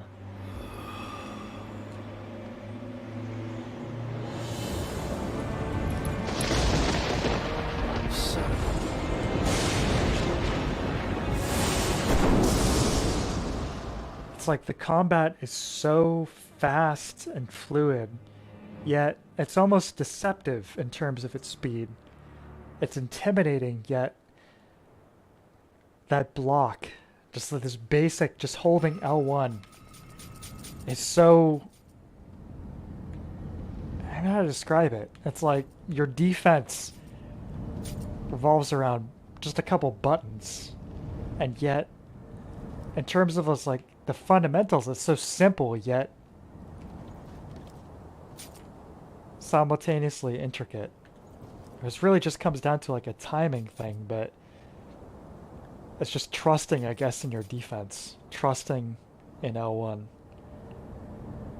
You're getting the most insane, heinous stuff imaginable thrown at you, but trust in your L1. Trust in your block. That's the big difference between Sekiro and Dark Souls. Stay cool. Yeah, Alan, exactly. Stay cool and wait for the counterpunch. It's almost like NES Punch-Out, Mike Tyson's Punch-Out. Stay cool. Just watch your enemy. Even though they're getting increasingly elaborate, your tools in terms of dealing with them remain the same. Oh my god. I feel like I'm gonna have a heart attack. What an insane fight. This game is so good.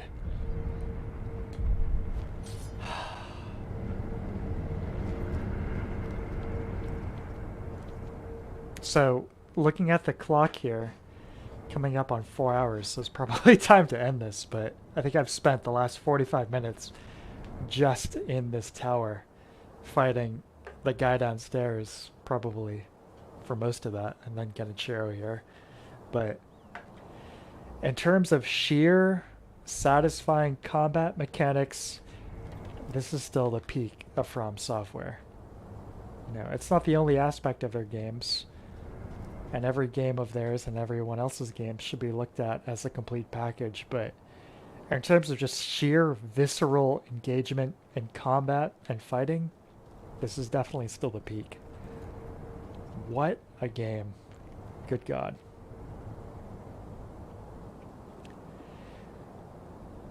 I'm gonna go lay down. I'm not gonna go lay down. I'm gonna go relax. I feel like I'm gonna have a heart attack. This game is so intense, but it's so good.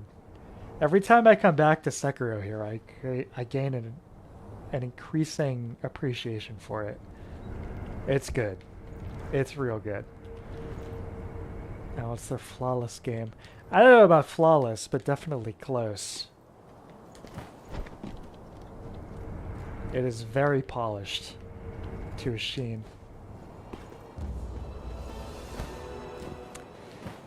So yeah, Sekiro. Good God.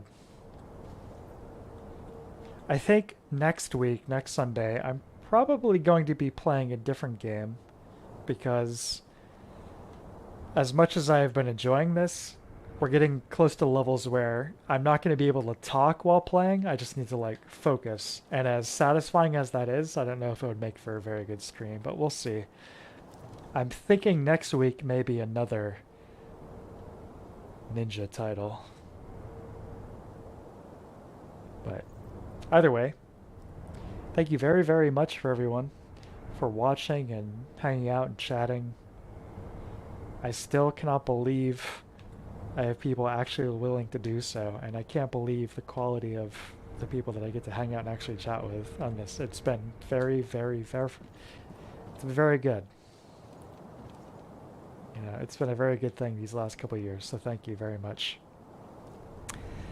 I will be back next Sunday, 1 week from now, with 5 p.m. Eastern Standard Time, most likely with yes, Troop. Most likely with another ninja game. What could it possibly be? A ninja game? Maybe even a sequel. We'll see. But again, thank you very much, guys. Honestly, play Sekiro. If you have not played this game, play it for God's sake. It's amazing. And either way, have a great rest of your evening, a great rest of your week. Thanks again for tuning in, and I hope you'll join me next time. Farewell, everybody. Adios. And stay excellent to each other. Good night.